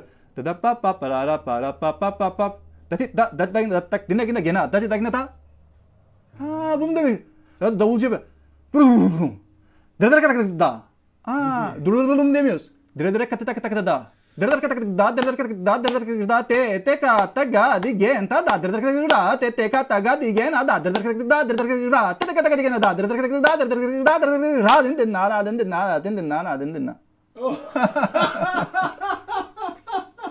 Böyle spontane anlattırıyorsun bana. Ama güzel. şahane bir fikir. Yani bunun dilinin olduğunu ben bugüne kadar bilmiyordum. Bu acayip bir film. Yani bunu İnanılmaz. böyle saza hakim ve dilini öğrendikten sonra pratik etme başka bir boyutu alıyor. Evet. Dil öğrenirken çaba ediyorsun, gramer öğreniyorsun, Evet. dil var. Çünkü mesela şiirdeki aruz vezni gibi kaidalar yazmış. Doğru. Kaide yani kural manasında değil, kaide bir kompozisyonel form. Evet. Sitap kanta değil. Datete dadatete dagatina kina. Tatete dadatete dagadina kina. Soru cevap var. Aruz veznindeki gibi başı aynı, ortada varyasyonu, sonu da aynı bitiyor. Çok güzelmiş ya. Datete dadatete dagatina kina. Tatete dadatete dagadina. Datete dadatete dadatete dagatina kina. Tatete dadatete dagatina. Datete dadatete dagatina kina. Tatete dagatina kina. Datete dagatina kina.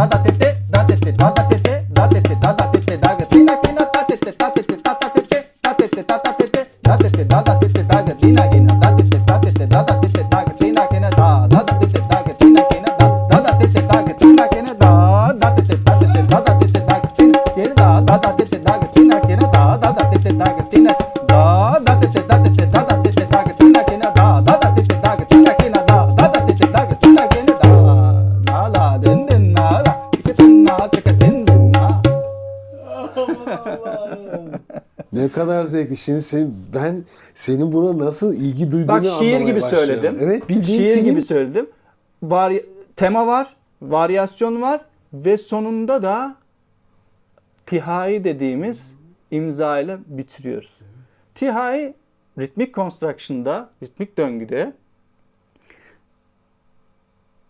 3 tane aynı matematikte birbirini takip eden cümleler. Bunun tihai olmasının özelliği, yani 3 kere çalınıyor çünkü. O 3. döngüsünde son vuruşu usulün başına gelme kuralı var. 1, 2, 3, 4. Da, din, din, da. Da, din, din, da. Da, tin, tin, na. Da, din, din, da.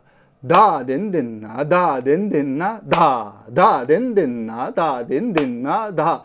Da, din, din, na. Da, din, din, na. Da.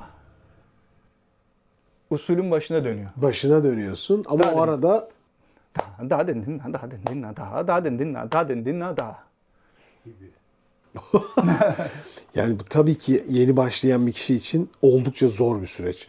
Ama şöyle şeyini bir şey. yavaş yavaş yapa yapa Hiçbir şekilde acele, fakat şöyle bir şey söyleyeyim. Bunu kısa kestirmeden evet değil. olacak Ama bir şey yok. senin içine dolan zenginliğin haddi hesabı yok. Yani çünkü o kadar büyük bir müzik bilgisi giriyor ki içine bunu yapmaya İşte başlayınca. müzisyen oluyorsun. Yani belki bir gitar çalarken bu girmiyor. Gitarda çünkü temel bir notayı parmaklarınla hep yapmaya çalışıyorsun. Ama burada öyle bir şeyin içine sürekli sokuyor seni. Dil, yapı, köşeler, bir şeyler. Sen hem ritmi tabloda hem edebiyat akışı da var. hem bir de şöyle bir şey yok mu abi? En bence önemli şey. Şimdi beni coşturdun da ondan konuşmaya başladım. Doğaçlamayı en başta öğreniyorsun.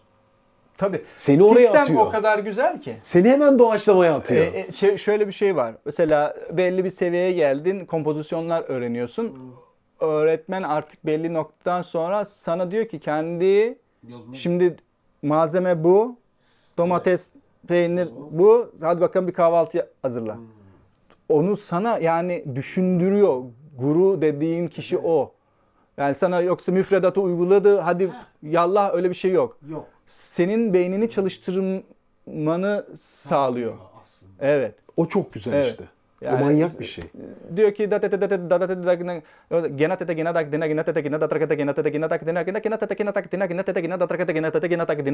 tamam bu tema. Şimdi varyasyonlarını yap şimdi. Sana diyor varyasyonlarını. Bul bakalım ya da 2 tane örnek veriyor varyasyon örneği. Bu çerçevede varyasyonlar yapacaksın.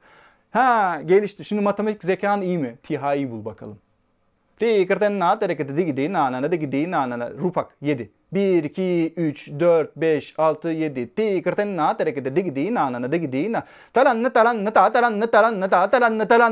2, 1, 2, 3, 4, 5, 1, 2, 3, 4, 5, 1, 2, 14. 3 tane 5, 15. Sondaki bak 3 tane 5, 15. Ne çalıyoruz? 7 çalıyoruz. 14 türevi. 2 döngü sonra ne oluyor? 15. vuruş 1'e geliyor.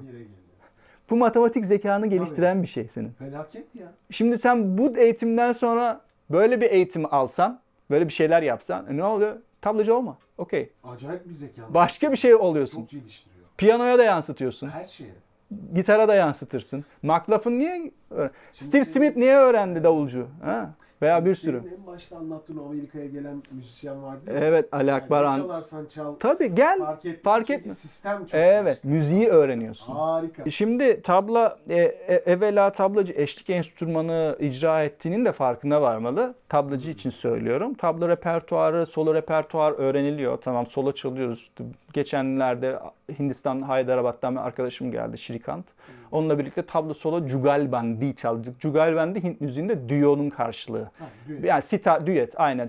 Sitarcı sarotçuyla düet yapabilir. İşte vokal bir şeyle yani böyle bir düet olur. 2 tablacı da düet yapabiliyor. Şimdi repertuarı olan bir çalgı. Bu repertuar işte hocalardan aktarıyor günümüze kadar. Hocaların, üstadların, guruların doğru talebe seçimleriyle bugünlere kadar geliyor. Bu doğru talebe seçimleri içerisinde tabii ki şeyler var.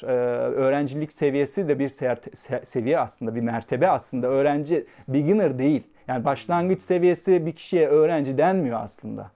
Daha öğrenci olacak deniyor. Evet.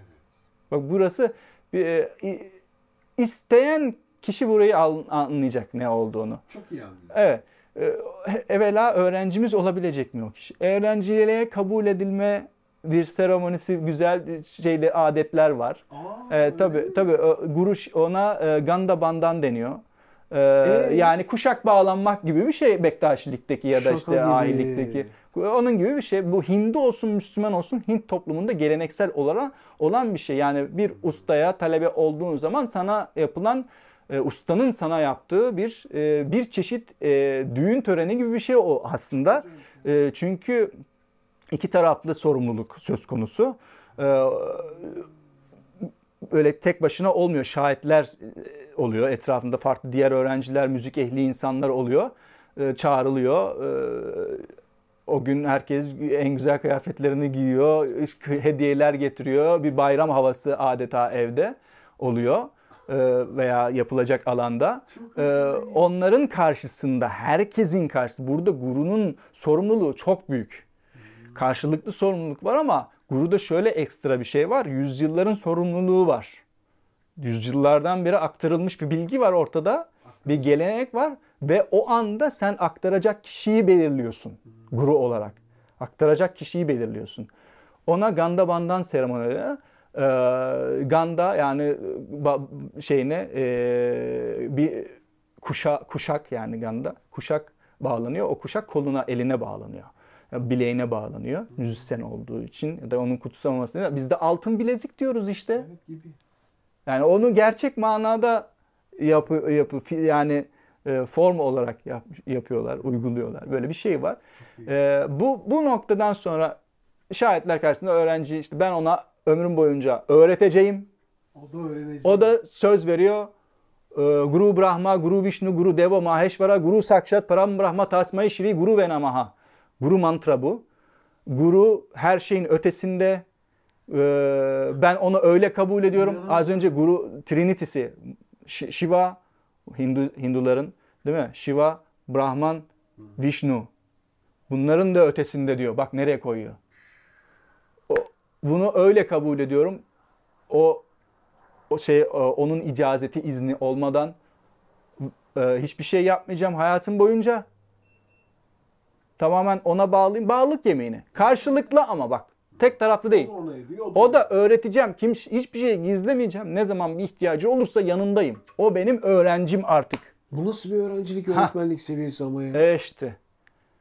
Hiç hayatımda duymadım yani böyle bir şey. Okey. Yani bu böyle bir şey. Bunu isteyen bu yola giriyor ya. Bu kadar basit. Peki sonra ne oluyor oraya girince? Hani kaç sene orada kalıyor? Ne yapıyor? Öyle bir süre yok. Ömür boyu. Sonsuza dek. Sen şimdi orada sen böyle bir yemin Abi ettin şimdi mesela mi? evlendin. Evet. Allah muhafaza. Boşanmayı düşünüyor musun? Tövbe estağfurullah. Tabii. Yani değil mi? Gibi. Gibi yani. Evlilik gibi bir şey. Ama şöyle bir şey soracağım. Sen ruhani bağ. Deneyimledin mi böyle bir şey? Tabii. Yani o Ne zaman deneyimledin hayatında? anlatıyorum hikayeyi. Ne zaman deneyimledin 2009 senesinde. Kaç yaşındaydın abi? Ben 2008'de bir dakika 2000 yaşımı unuttum. Şu an 2004 evet bir dakika 2004'te 22 23 yaşında falandım yani. 23 yaşında sen gittin Hindistan'a. Evet abi. Kimin şeyi? Daha önce gittim ben. Gider gitmez öğrenci olmadım, bir dakika onu anlatıyorum. Benim kendi hikayem olmasa zaten ben bunun böyle bir gelenek olduğunu niye anlatayım yani? Ya da anlatırım ama bunu emin olan, bak anlattığım her şeyde emin olduğum için anlatıyorum. Evet. Eminim çünkü bilgi bana direkt olarak deneyimle gelmiş. Deneyimle ve güzel bir ilahi eğitimle. Eğitimle gelmiş. Yani sana. Bu müziğin dünyevi bir şey olduğunu düşünmüyorum. Yani müzisyen, ben şöyle bir şeyle karşılaşabiliriz mesela. Ya biz işte düğünde, pavyonda her yerde çalınıyor. Fark etmez. Sen enstrümanınla birlikte olduğun her yer samanlık seyran olmuyor mu be? Çok başka bir bakış açısı Anadolu'yla yani hep Anadolu'yla karşılaştırıyorum. Çünkü biz söylediğimiz şeyi bilmiyoruz. Ya uzak kültür. Uzak değil. Sen hep ruhaniyete geliyorum. Hak nerede? Gökyüzünde dediler. Hak nerede? Şurada dediler. Hak nerede? Burada dediler. Yunus nerede buldu? Mevlana nerede buldu? Ya hiçbir şey uzakta değil. Hiçbir şey uzakta değil. O yüzden sen aşıksan ya bu biraz önce yanmayı da biliyorsun. Bahsetmiştik. Abdal geleneğiyle de çok uygundur. Tabii yani, ki. Tabii. Sazıyla bütünleşmiş, ömrünü buna yani adamış. Rajasthan'da 2015 senesinde Jaipur'da Mehrangarh Sarayı'nda çaldım. Orada bir gazete röportajında da bahsettim. Yani Abdallar da Horasan'dan gelmişler. Horasan'a nereden gelmişler? Anadolu'ya. Benzer kültürü taşımışlar saz ile. Zaten Abdalların Anadolu'ya gelmesi hikayesi, tamam bu Akıncı Beyleri bilmem ne bu şekilde geliyorlar, bir şeyler var ama evvela hakkı anlatmak için tasavvufi amaçla zaten geliyorlar. Abdallar sırtlarında bağlaması Pir Sultan Abdal gibi. Evvela yaptı. Ondan sonra bütün dünyada olan şey, Hind'in Mumbai'inde olan durum gibi, Delhi'sinde olan durum gibi 900'lerin başına geldiğinde işsiz ve artık o işten para kazanılamaya başladı. Bir çevreler saray, şimdi Selçuklu Mevlana'yı desteklemiyor muydu? Bu işin içinde şey de var. Hani finansal durum da var ilerlemesinin. Ben de onu soracaktım. Şimdi böyle neyle geçiniyor bağlanıyorsun, bunlar? ediyorsun. Bunlar neyle geçiniyor? Ne yapıyor Osmanlı adam? desteklemiyor. Böyle şeyleri vardı. Tabii Abdalların durumu biraz daha farklı. Anadolu'da yalnızlardı. Türkmen boyu bunlar. Ama işte ne oldu o müzisyenler? Baktılar ki ihtiyaç doğdu. Yavaş yavaş düğünlerde, pavyonlarda, kulüplerde, para kazanabileceği her yerde o aynı melodilerin farklı türevlerini eğlence müziği olarak yapmaya başladılar. Onu anlatıyordum. Mumbai'de da Ne oldu? ne oldu? Hayal müziği, ağır müzik ağır geldi ve gazal çıktı. Aşk şarkıları, gazal aşk şarkıları çıktı. Yine farklı bir form, yine aşk şarkılarından Tumri formu çıktı. Tumri ve gazal formu çıktı. Dadra çıktı. Dadra ritim olan dadra değil. Dadra üst basamak demek. Üst kat demek. Neymiş bu üst kat? Eskiden binaların gece kulüpleri, o dönemin gece kulüpleri Üst katında. girişin üst katına yapılırmış. Çok güzel. Üst kat müziği. Evet anlıyorum. O yüzden dadra denen bir form çıkmış ortaya. Çok benzerleri burada da yok Burada mu da ya? yaşanmış. Aynısı. Bizde de Saray müziğinden, sarayın sanat müziğinden şu anki sanat müziğine eğilik kolay şarkı formuna şarkı dönüş. formu çıkmış. Kolaylaşma. Yani ayni şeriflerden Tabii. tut da saz eserlerine, değil mi? Peşrevler vesaire derken şarkı formuna kadar gelmiş. Mekanlara inmiş Hatta yani underground müzik Rebetiko İstanbul ve İzmir'de Doğru, ortaya çıkmış. Yine Türk müziği ya da bu coğrafyanın sazlarıyla icra edilen. Yani dünya bir köy aslında. Biz bahsediyoruz haklısın. ama bütün dünya bir köy. Vurmalı şarkılar kültürünü anlatırken ben hep şey söylüyorum. Sahnedeki en entelektüel kişi kimdir diye mesela bazı üniversite, liselerde falan eskiden anlatırdım. Çocuklar şaşırırlardı nasıl bir soru bu diye. Olması gereken donanımdaysa eğer o orkestranın perküsyoncusudur en entelektüeli. Çok basit. Pop çalıyorsun. Evet. Önünde kongalar var. Latin işte aranjmanlar var çünkü, değil mi? Konga, timbal var. Bak şimdi konga Karayip enstrümanı. Karayip'i bilmen gerek. Timbal var. Brezilya bak. 1957 Tito Puente 57'de keşfetmiş onu. Çok da eski değil öyle yani. Ha. Kongalar 32. 1932'de çıkmış. Tamboralardan türev. Peki bunların şeyi ne? Tamboralar var, büyük uzun davullar. Onlar nereden geliyor? Amerika Vespucci Amerika'yı gittiği zaman İtalyan operasını götürüyor. İtalyan operasında ne var? Timpani var. Timpani'yi nereden keşfetmiş Batı müziği? Osmanlı devamlı Viyana'ya gidip geliyor. Güzel. Kuşatıyor. Kösleri görüyorlar, diyor ki bizim müziğe de Batıcılar, bizim müziğe de bir vurmalı şarkı lazım. Davul koymaya başlıyorlar. Davulu keşfetmeleri Osmanlı'nın Viyana'yı almak isteyip de alamamasının hikayesinden zaten bir sürü şey çıkıyor biliyorsun. İşte köslerden timpani, timpani'den tambora, tamboradan konga, kongadan timbal ortaya çıkıyor. Bu şekilde enstrümanların az önce söylediğim gibi bir icat edenini bilmiyoruz ama şekil değiştirdiklerini ve geliştiklerini. Dünya bir köy diyorsun. Dünya bir köy. Herkes birbirinden alıyor. Herkes birbirinden etkilenmiş. Yani körüklü saz, işte akordiyonundan overseas abi, Arjantin'deki bandoneoncu nereden görecekti garmonu? Ama bir şekilde gitmiş. O zaman da ticaret var. Gemiler var. Portekiz'e inmişler. Mumbai, Goa taraflarına. Hindistan'a harmonyum olmuş. Görmüşler. Orada. Biz yerde oturuyoruz. Bizim kucakta çalamayız bunu demişler. Oturmuşlar yerde harmonyum yapmışlar. Anlatabiliyor muyum? Biz yerde oturuyoruz. Şimdi kim taşıyacak onu hani? Doğru. Ama çok da eski bilgilerde sarayda padişahın karşısında yerde oturulmayıp da aslında tabla gibi enstrümanlara boyundan askılı şekilde çaldıklarını biliyoruz. Aslında bu yeni çıkan bir şey de değil. Yani ilk düzenli ordu ve mehter'in kurulması sonucunda yürüyen orkestra geleneği ta Rio de Janeiro'ya kadar gidip orada bir form kazandığında Hindistan'da da aslında ayakta çalma geleneği var. Padişahın karşıda ayakta, çok eski 1800 sonları fotoğraflarda, betimlemelerinde ayakta çalan insan resimleri var. Veya çizimleri var. Sarangiyi işte ya da ayakta icra ediyor, çalıyorlar. Evet, böyle form değiştiriyor, vokal değiştiriyor, her şey form değiştiriyor. Bugüne geliyor, elektronik müziğin içerisine bile giriyor tabla. Her şeye giriyor. Her şeye yakışan bir enstrüman. Dominant bir saz olduğu söylenebilir. Çünkü kendi yolunu çizip oradan yanındaki müziği de, yani bulunduğu müziği de şekillendiriyor. Tabla repertuarı olan bir çalgı. Eşlik enstrümanı olarak bahsettik. tabii ki eşlik enstrümanı olarak bir gelişmiş 18. yüzyıldan sonra. Ama bununla paralel olarak işte bu Sitapkan Dadi kendisi de enstrümana bir repertuar yazmaya başlıyor ve tabla garanaları oluşurken bu kompozisyonlar, bu formlar geliştiriliyor. Bir repertuar oluşturuluyor. Bu baştaki işte kayda, şiirden etkilenerek yapılıyor. Ama Delhi'de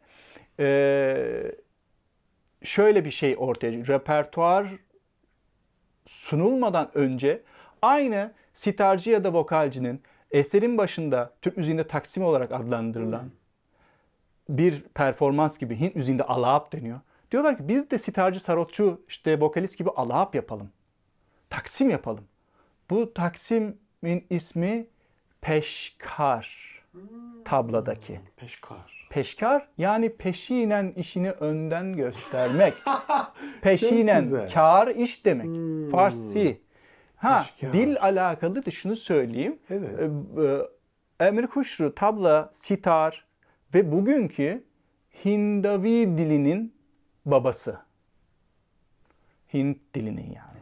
Genel Hintçe'nin babası. O dönemde Farsça devlet dili olarak kullanılıyor. Halk bir karışık. Sikh, Panjabi, Gujarati bir sürü dil var. Orduda bir dile ihtiyaç var. Toplayıp yani herkes birbiriyle komut verilecek. Fire! Şimdi bir şey bulması lazım ordunun. Ne yapıyor bu akıllı adam? Urdu. Ordu. Urdu dilini. Urdu dili olarak adlandırılıyor. Ama Hindavi ismi de terminolojiye geçiyor. Hindavi'yi bulan, dili bulan kişi Emir Kuşru Dehlevi. Enstrümanın üstündeki şeyleri söyledik. Bu isimlere dikkat ettiysen mesela Black Pot'a biz siyahi dönüyoruz. Farsça. Sur. Bu yine Farsça. Kinar. Bak kenar. Kenar. Ama Gajra Hindi. Vardi Hindi. Karışık. Gatta. Ang. Ang body. Enstrümanın gövdesine ang deniyor. Vay be. Ha? Çok acayip. Gövde ang. Tasma Farsça. Yani mixture. Athara, muladara kök çakradan geliyor. Yani tabloya baktığında Hindistan'ı görüyorsun. Hem Türkik sözcükler hem Sanskrit sözcüklerin karışımı. Tabloya baktığında Hindistan'ı görüyorsun aslında. Evet. Hint kültürünü görüyorsun. Bakmayı bilen kişi görebiliyor aynı zamanda. Onda. Sayende gördük artık. Mümkün değil görmememiz yani evet. şu anda. Müthiş anlattın. Tabla eşlik enstrüman olarak geliyor. Evet, teknolojik olarak çok gelişmiş. Repertuar geliştiriyor kendine. Repertuarını aslında dolu dolu duyurabilmesi 900'ün başına kadar pek böyle aile, eş, dost, öğrenciler vesaire oluyor ama tam böyle donanımın ortaya çıkması belki de 1900'lerin başında büyük maestroların evet gerçekten çok iyi repertuar yazmasıyla ortaya çıkıyor. Tabii ki çok kompozisyonlar hocadan, usta mesela Hacı sahibi biliyoruz 1700 sonu katta dikide kırda benim çok çaldığım şeylerden bir tanesidir konserlerde. Kompozisyon ve o hocam da Hacı sahibi yani 400 yıllık kompozisyon gelmiş bugüne hani. Anlatabiliyor muyum? Bu var ama bir tane daha şahsiyet var ki Üstad Amir Hüseyin Khan sahib Duayen of Farukabad belki 3 jenerasyona yetecek kadar kompozisyon yazmış. İşte bu kompozisyonlara bandiş deniyor. Ustaların direkt besteledikleri. Ama formlar var. İşte kaida, peşkar gibi. Peşkar improvizasyon içeriyor ama yine hep bir kuralı var bir şeyin çerçevenin içerisinde. Tukralar var, kısa kompozisyonlar, çok kısa kompozisyonlar. Kısacık. O kadar. Kaidalar uzun. İstiklal Marşı gibi kıta kıta. Ha? Bir sürü şey var. Bölümleri var. Ama tukra kısa. Bandişler var, çakradar var. Bedam çakralar var. Arada es yok. 3 kere kendini tekrar ediyor. Es'leri olmayınca bedam deniyor. Arada es olmayınca hiç. Bunları detaylı öğrenmek için tabii ki bana ulaşabilirsiniz.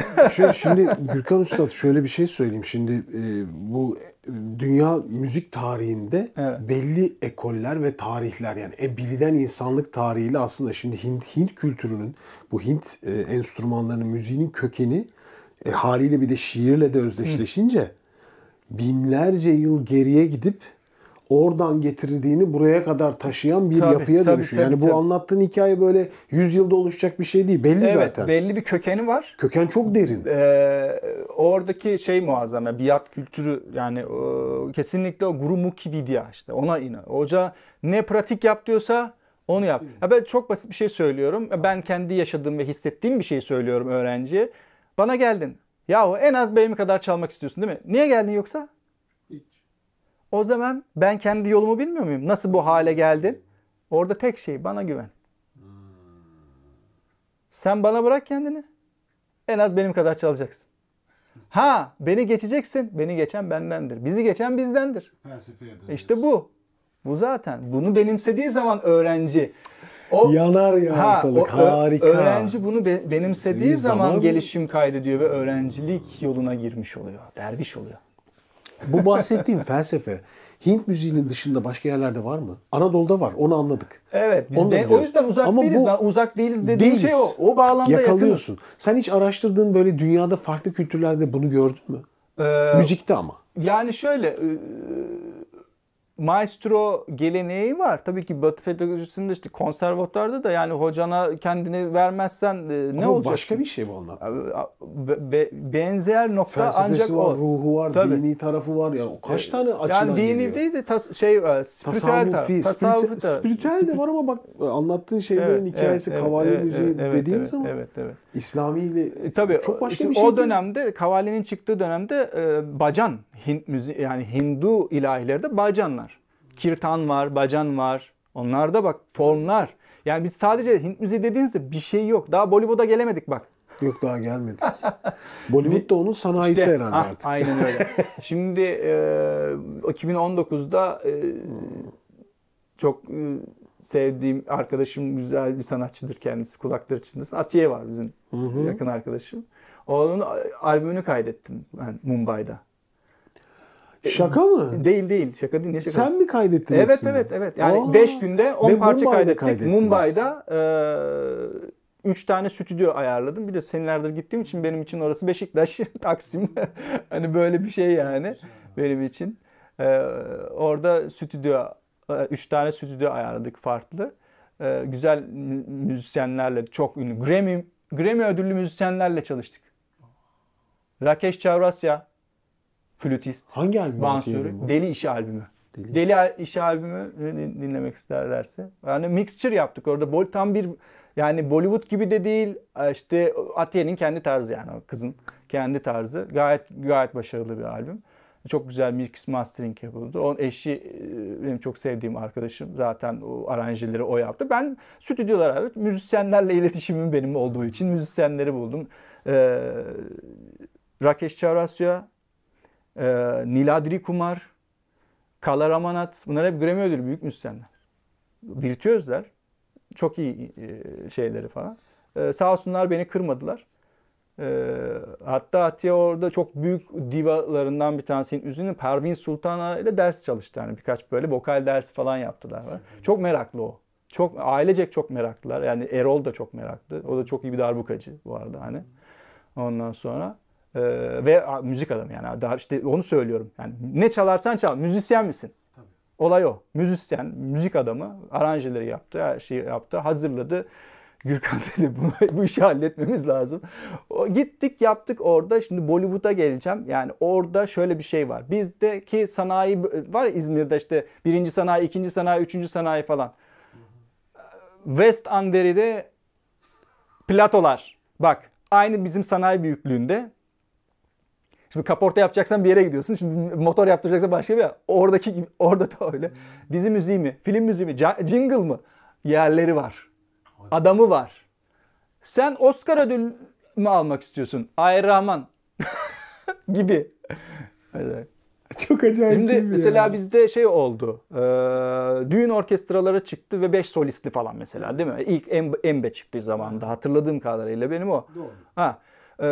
Şimdi bunun benzeri Bollywood geleneğinde, yani Bollywood ne zaman 1930-40'lar falan çıkıyor, 45-50 vesaire o dönemlerde palazlanıyor. Bir söz var benim hissettiğim, ya benim demeyeyim ama benim çok kullandığım: kötüyü yapmayan iyi yapamaz. Saz için de geçerli. Hiçbir zaman utanmadım. Yani çekinmedim. Yanlış çaldım, kötü çaldım. Hepsi benim. Öğrenciler bir şeyler paylaşırlar. Hepsi benim. Doğru. İyi çaldığım da benim, kötü çaldığım da benim. O yüzden hani Kaf suresi 16. ayet, ben sana şah damarından daha yakınım yani. Onun gibi bir şey ya. Ben kendimi biliyorum zaten. Anlatabiliyor muyum? O başkasının düşüncesi belli bir noktada, onu düşünmeden icra ettiğim için sıkıntı yok. Aşkı yaşıyorsun zaten ortada. Uzun lafın kısası, Bollywood'da da bu tarz orkestralar, yani birçok sanatçının olduğu orkestralar şöyle kuruluyor. Hiçbir film yoktur ki müziksiz ve danssız Hint kültüründe. Bollywood'da ve zamanında teknolojiler, elektronik müzik vesaire böyle değilken kimler icra ediyorlardı o müzik? Klasik müzik de ilerlemiş. Yani kendi tablasını, sitarını, işte Ravi Shankar az mı film müziğine çalmış? Yani Ali Akbaran ya da Bade Gulam Ali Hansap, Duayen of Patiala Garana, vokal muazzam müzisyenler. Şimdi bu bahsettiğim adamların büyük öğrencileri şu an maestro. Şimdi onlar bile o dönemde endüstride para kazanmak adına belki de çok zor ikna edilerek, evet, belki de kısmı o, çok zor ikna edilerek yapmışlar. Senaryoyu beğenecek, efendim söyleyeyim, bir şekilde inanacak, ancak öyle. Ben çünkü herkese söylemem, her yerde söylemiyorum, her yerde çalmıyorum. Onun çalınacağı, icra edilecek yer var. O yüzden zor ikna edilerek o dönemlerde klasik müzik müzisyenleri bile, yani Hindustani Shastriya Sangit icracıları bile, o adamlar girmişler, yapmışlar o müzikleri. Çok güzel müzik şeyler var, filmler var o bağlamda. Mughal-e Azam mesela çok önemli bir Bollywood, o zamanın 1950'lerin filmi. Orada Bade Gulam Ali Han da var, Vilayet Khan da var, Hari Prasad rahmetli, Shiv Kumar Sharma, meşhur Santuri. Santur sonra İran'da falan da meşhur zaten. Anadolu'ya da geldi, kullanıldı. Santur zaten, Hint enstrümanı mı? Aslında Kaşmir ve İran'da da kullanılıyor. Ama işte Hint coğrafyasına da gitmesi yine 900'ün başında, yani yeni aslında. Yani klasik müziğin, şöyle söyleyeyim, folk müzik, halk müziğinde kullanılıyor. Birçok enstrüman. Bansuri, aşığız değil mi? Bütün nefesli çalanlar, Hari Prasad'ın Bansurisini dinlemeyen, nefesli çalan insan sayısı azdır yani. Yan flüt çalıyorsa muhakkak Hari Prasad'ı tanımıştır. Ya da yan çünkü çalanan. Flüt, işte yan demeyeyim. Flütçüler kızıyorlar ona. Flüt. Bilirler. Nefesli için çok önemlidir o kişinin. Çünkü niye iş dönüyor dolaşıyor, improvizasyon zenginliğine geliyor. Oradan bir beslenmek lazım. Yani Hari Prasad bile onu aslında Hint müziğine sokan folk saz, yani köylü kavalından klasik enstrüman seviyesine çıkartan Panalal Ghosh diye bir büyük maestro. Onun ailesi de Bengali. Birçoğu büyük müzisyen olarak Mumbai'de yaşamışlar. Göç etmişler orada. Torunu ikinci kuşak, üçüncü kuşak torunu arkadaşım İhsan Ghosh çok iyi bir tablacı. Rahmetli Zakir abi Mumbai'deyken ben demişti, birlikte o beni oraya konserine demişti. Bak hiç kimseye yorum yapmazdı. Yani mesela ben çok güzel müzisyenlere soruyorum. Erken onun için daha yorum yapmak derdi mesela. O yani çok iyi, tabii çok iyi müzisyen, biliyoruz, herkes alkışlıyor falan. Derdi. Yani onun yanlış bir şey söyleme korkusuyla. Bak orada ego değil o. Yanlış bir şey söyle. İyi ya da kötü derim, yanlış yönlendiririm insanları. Çünkü herkes Zakir Hüseyin'i dinliyor. Herkes Zakir Hüseyin'i dinliyor. Yani devlet başkanı gibi. Anlatabiliyor muyum? Onun söylediği bir şey. O yüzden çok dikkat ederdi ağzından çıkan şeylere. Mütevaziliğin şekil bulmuş halidir Zakir Hüseyin. Nur içinde yatsın. Yani ben çok, tabii bütün dünya üzüldü. Ben onun vefat haberini aldığımda gece saat sabaha karşı 4'tü. Ailesi tarafından bildirildi. Neyse, Bir gün şeyde Mumbai'deyken dedi bak dedi akşam dedi İhsan babasıyla birlikte Jugalbandi diyor düet çalacaklar. Nikhil Ghosh Nayan Ghosh'la birlikte. Git o konsere götüreyim seni de onun arabasıyla. Gittik. O da oradan bak bir sene sonra vefat edecekti. Shiv Kumar Sharma. Mesela o hikayemizden 2019'du bu. 21 mi 22 mi neydi? Shiv Kumar Sharma, Santur yapan, dünyaya tanıtan kişi. Shiv Kumar Sharma o zaman ona ziyaret etti. Beni oraya bıraktı, gitti. Sonra 2 sene sonra Shiv Kumar Sharma vefat etmişti. Neyse. Evet, büyük maestrolar Bollywood müziğin içerisinde kullanıyorlar. Yani kullanmışlar ve şekil almış. Sonra elektronik müzik girmiş içerisine. İşte kötüyü yapmadan iyi yapıyor. 80'ler zaten dünyanın her yerinde bir espri söz konusu var. 80'lerle alakalı. Orada da çok kötüyü yapmışlar. İyi ki de çok kötü yapmışlar. Tırnak içinde. Çünkü kötüyü yapamayan, ben kendi hayat felsefemde de öyle oldu. Ve dediğim gibi ben tablayı her yerde çaldım. Aman tablo orada çalın. Nerede biliyorsun tablacı mı oldun? Ya ben şimdi mesela gitar, o aman orada çalınmaz diyebilir miyim? Hayır. Ve sevgilinle oraya gidemezsin. Niye abi? Sevgilimi ben koruyorsam yer yere giderim yani. Bu da böyle bir şey. Her yerde çalmaya çalıştım. Ne yaptım bunu öğrendikten sonra? Tablayı halk müziğin içerisinde çaldım. Metin Kemal Kahraman. Şeyde de Birol Topaloğlu'yla Laz müziği. Kalan'dan çıkan albümlerimiz var bak zamanında. Ondan sonra onlar da. Sonra tasavvufun en önemli müzisyenlerin, tasavvuf icracıların en büyüklerinden Süleyman Ergüner'le Sufizan 2006 senesinde bak ta Sufizan projesi. 2004'te daha ben Hindistan'a gitmeden o kadar istekliydim ki Doğan Canku ve işte onun orkestrasında çalarken bir gün telefon geldi. Aşkın Arsunan, caz piyanisti. O zaman tanımıyorum. Dedi işte bir festival var dedi, çalar mıyız? Falan. Tamam dedim, çalarız. Ben takvime bakıyorum hani. Falan. Gencim, 19 yaşındayım. Daha evvel benim hikayemi hiç yapmadık ama ben 98'de başladım. Çok ufaktım başladığımda. Hani 2002'de Nilüfer'in orkestrasında pop çalıyordum zaten. Hani en iyi müzisyenlerle. Rahmetli İsmail Soyberg. İşte efendim mesela Buğra Uğur, Kavak Yerleri'nin meşhur eseri değil mi? Nilüfer'in söylediği. Onun bestecisi. Buğra abi.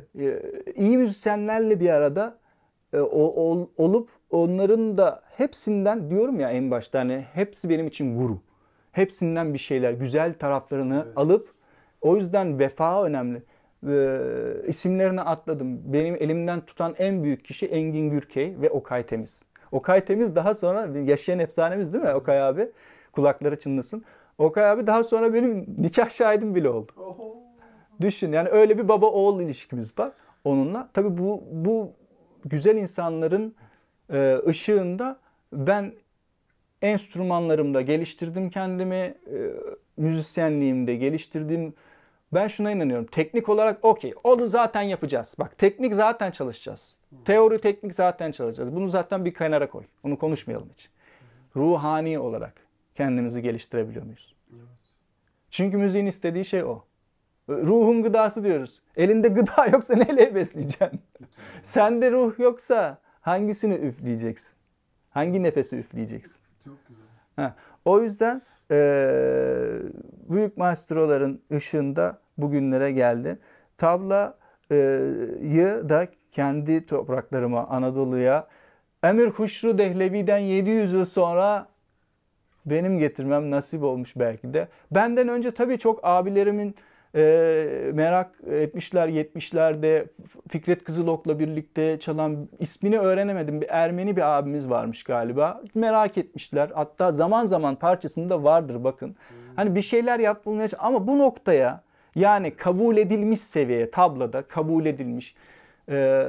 Yani bana tabla player diyorlar. Bu benim için yeter. Yani üstad, maestro, guruci yok böyle bir şey. Yani tabla çalıyorum işte. Yani tabla çaldığımı söylüyorlar. Evet. Ya Zakir abi biz örnek diyoruz. Mütevaziliğin şekil bunu. Çocuk tebrik ediyor. Geliyor ufak çocuk onun yaşına ilebiliyordu. Ben de tabla öğreniyorum biliyor musunuz? Kursa gidiyorum diyor çocuk. Evet. Çocuğa cevabını ne güzel aynı şey ikimiz de aynı şeydeyiz. Merakımız ikimizin de merakı aynı biliyor musun? Ben de öğreniyorum diyor. Üf. Bunu söyleyen Padma Vibhushan, Evet. Üstad Zakir Hüseyin. Ünvanları koy kenara diyor. Bana kızıyordu, diyor ki abi de. Ben abi o yüzden diyorum. Yoksa ben de diyemem yani. O öyle, onun büyüklüğü bu. Onun büyüklüğü. O yüzden o öyleyken biz nasıl şimdi çalabiliyorsak, çalıyorsak ve alkışlı kabul edilir seviye, kısaca sonra yani bana nasip oldu. Ama benim istediğim şu. Hocamın hocasının söylediği aktarma sırası. Gel değirmen dönüyorken, şu an 40 yaşındayım. Değirmen dönüyorken gel kabını doldur. Şimdi tabla repertuarından bahsedeyim kısaca. Lütfen.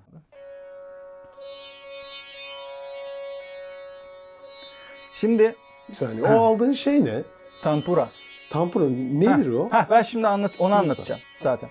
Tablo repertuarı olan bir çalgıdır. Şimdi birazdan size peşkar, yani bir sunum çalacağım. Arkasından da bir tane kaide çalacağım. Kaidanın varyasyonları olacak ve ufak bir tiha ile bitireceğim. Bu duyduğumuz aplikasyon tanpura enstrümanının aplikasyonu. Tanpura Hint müziğinde sur, yani karar sesi veren, felsefi olarak Om'u temsil eden. Çünkü her şey onunla başlar, onunla biter. Hayatı temsil eden Ne kadar derin ya böyle. ve müzikte de bunu uyguluyoruz. Karar sesse akord etmezsen sazını olmaz bu iş. Do diyez, do diyez. Daga'nın durumu farklı. Daga'da çok önemli değil akort kısmı. Ama genel olarak çalınacak eserin 5. sesine göre ayarlıyoruz. Yani do ise sol, la ise re gibi, re ise la gibi akortlu, daha çünkü bas karakterde bir şey. Bunda baskı yaparak notalara sahip olabiliyoruz.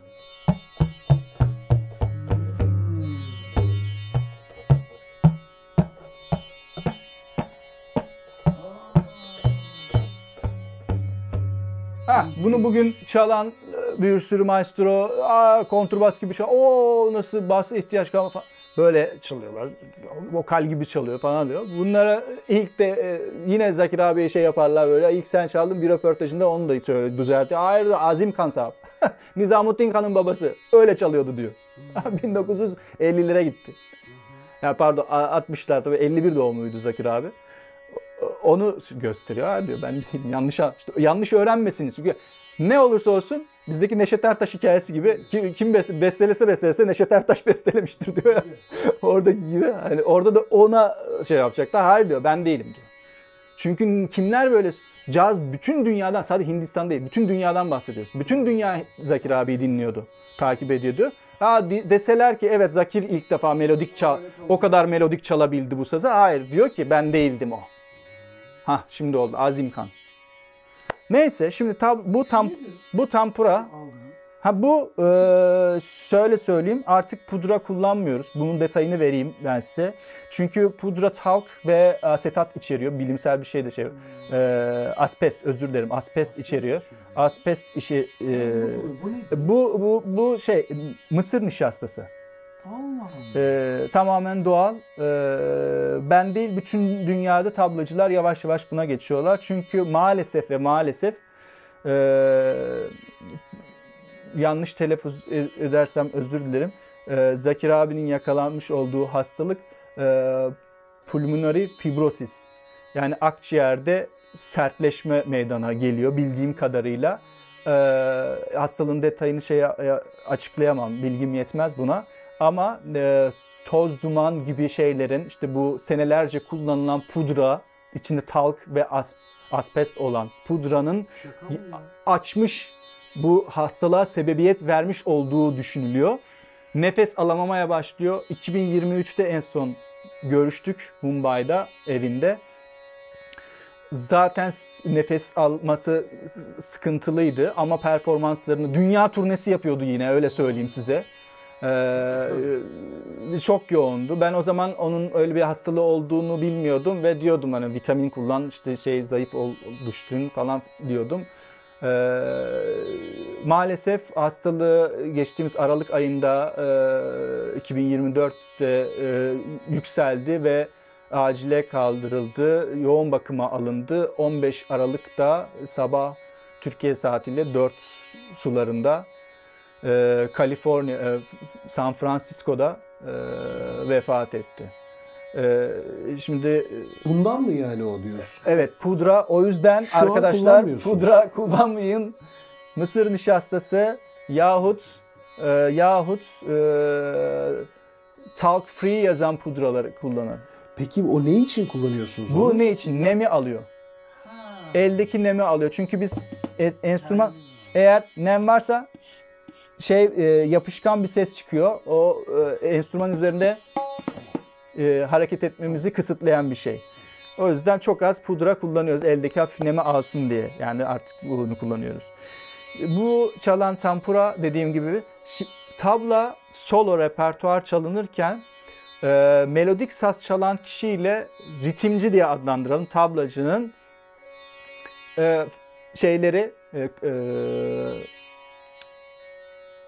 pozisyonları değişiyor.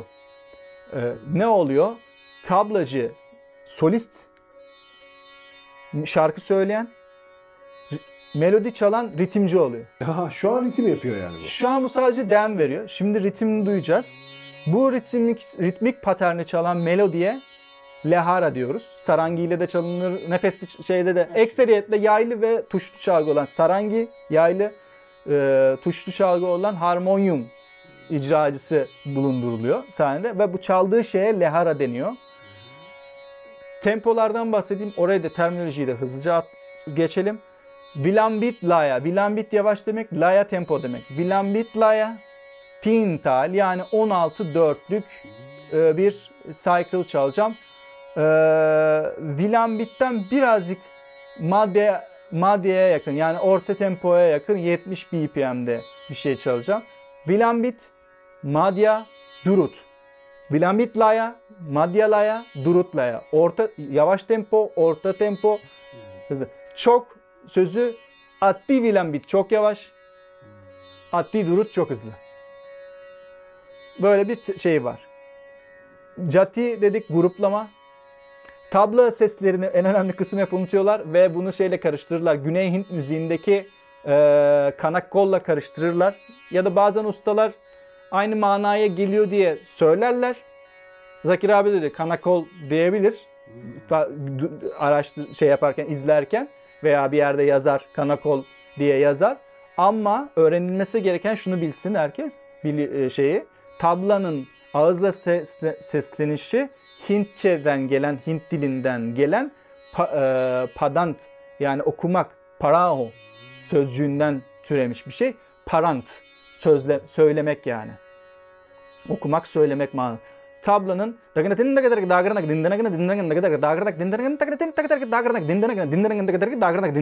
şu an parant yapıyorum. Kanakol değil. Kanakol Güney müziği ve ritmik sözcükleri daha kısır tabloya göre. Ekseriyetle Güney müziğindeki vurmalı çalgılar, Karnatik müzikteki main asıl saz mırdangam. Mırdangam silindirik bir çalgı, yatay duruyor. Bir sürü silindirik başka çalgılar da var ama asıl onu bilelim, şu an Karnatik müzikteki silindirik olan mırdangam. Mırdangamdan türüyor ve diğer bütün enstrümanlarını mırdangamdan esinlenerek seslendirme yapılıyor. Yani ve çok fazla da hece yok. 8 tane hece var. Ama az önce saydık, 20'yi buluyor tablanın üstünde bileşen seslerle birlikte. Lahara, tabla soloya eşlik eden melodi. Bu öyle güzel bir aplikasyon ki bunda eşlik edecek olan harmonyum enstrümanı bir de bana taksim yapıyor. Açıyorsun üstüne. Şimdi bunu dinliyoruz.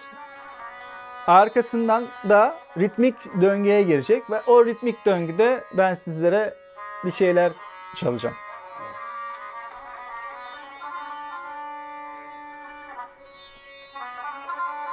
Ustad. Vah ustad vah. Bizdeki vahla farklı. Bizde vah acı belirtir. O da vah yüceltmeyi belirtiyor. Vah are yar vah vah vah. Kya baat hai. Ne kadar muhteşem. Konserler sırasında eski kayıtlarda duyarız hep böyle övgü sözcükleri. Hem etrafında gelenekte ya talebeler ya müzik ehli kişiler oturur. Sahnede böyle Hint müziği konserleri, klasik Hint müziği konserleri açarsanız görürsünüz ya, müzisyenden başka adamlar da var yanında oturan falan. Onlar böyle överler, şey yaparlar. Destek aslında. Öğrenci için sahne tecrübesi, sahnedeki enerjiyi görüyor. Bunlar öğrencilerin mi Tabii çoğunlukla? genelde öğrencileri olur. Sahnedeki enerji. Pedagoji o kadar ileri seviyede ki. Değişik. Gerçekten değişik.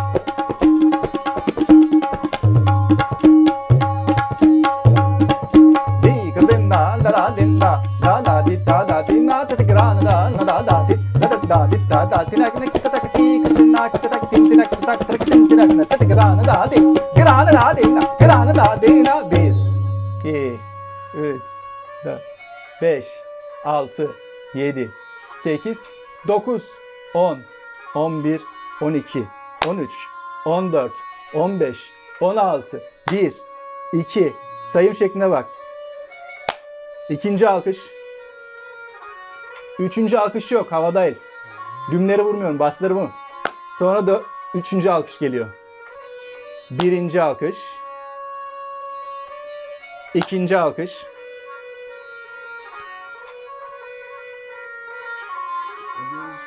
Üçüncü alkış. İşte bu yüzden tintal, 3 vuruş. İsmi o. Ama 16 vuruş içeri. 3 alkış. Çok değişik. Az önce Peşkar'ın parantını yaptım. Kırdenna da denna da da da da da da di kırdenna da denna da da da denna te gran da na da da denna kite tak ti kırdenna kite tak tin tina kite tak trak tin tina te gran da dina da na da dina di kırdenna.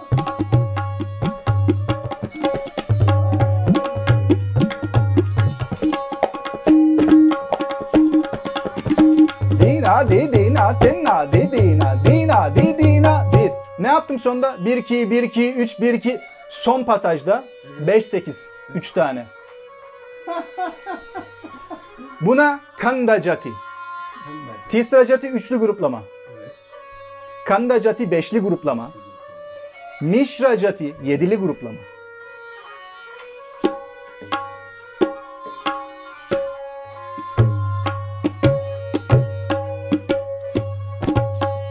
Şimdi bir kayda Üstad Münir Han Sahib'in. Münir Han Sahib benim hocamın hocasının hocası. 4. Sandesh Popatkar hocam. Varagonkar onun hocası. Amir Hüseyin Han Sahib onun da hocası. Amir Hüseyin Han Sahib'in hocası işte Üstad Münir Han Sahib ve onun güzel bir kaidası.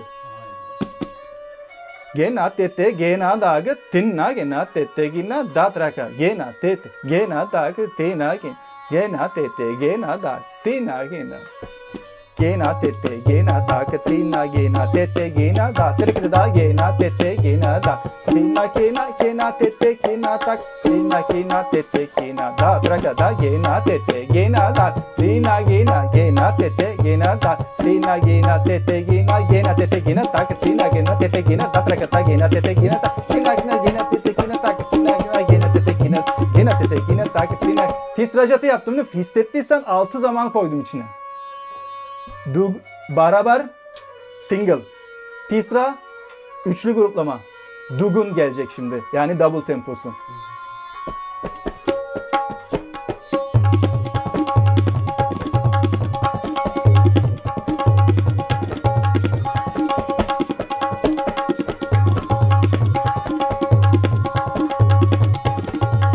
Varyasyon palta. Gene tete gene tak gene tak gene tete gene tak gene tete gene tak gene tete gene tak.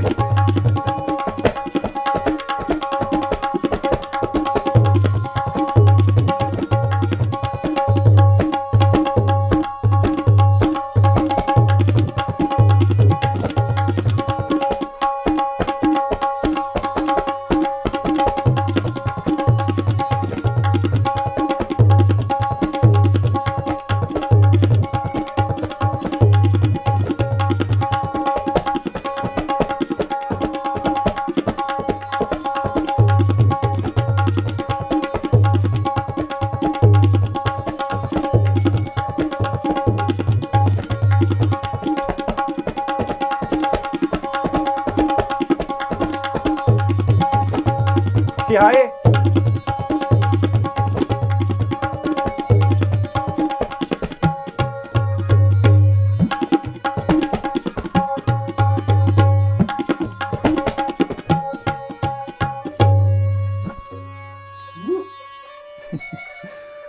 Şifa olsun. Evet, teşekkür ederim. Vallahi. İyi ki varsın. Abi sen iyi ki varsın. Biraz Yani sesimizi ne kadar şanslıyım ki. duyurursak. Emeğine sağlık. Ne demek duyurmak? Bu yaptığın şeyin duyurulacak şeyi var mı yani artık? Maksadımız, Bu akıp giden bir şey gerçekten. maksadımız işte bu değirmen dönüyorken bu yola aşk ile bağlanmış insanlara ya da aşkı hissetmek isteyen insanlara ulaşıp kaplarının doldurmalarını sağlamak. Kesinlikle. Sangit agar cisme hai to can hai tabla. Agar sangit ruh hai to iman hai tabla. Müzik bir vücut ise tablo onun canı. Müzik bir can ise tablo onun imanı. Üf! İnanılmaz ya. Evet abi böyle final yapalım. İzleyen herkese teşekkürler. Emeğine, eline sağlık, ruhuna sağlık. Vallahi ne denir abi. Ölmüşlerin canına değsin. Müthiş.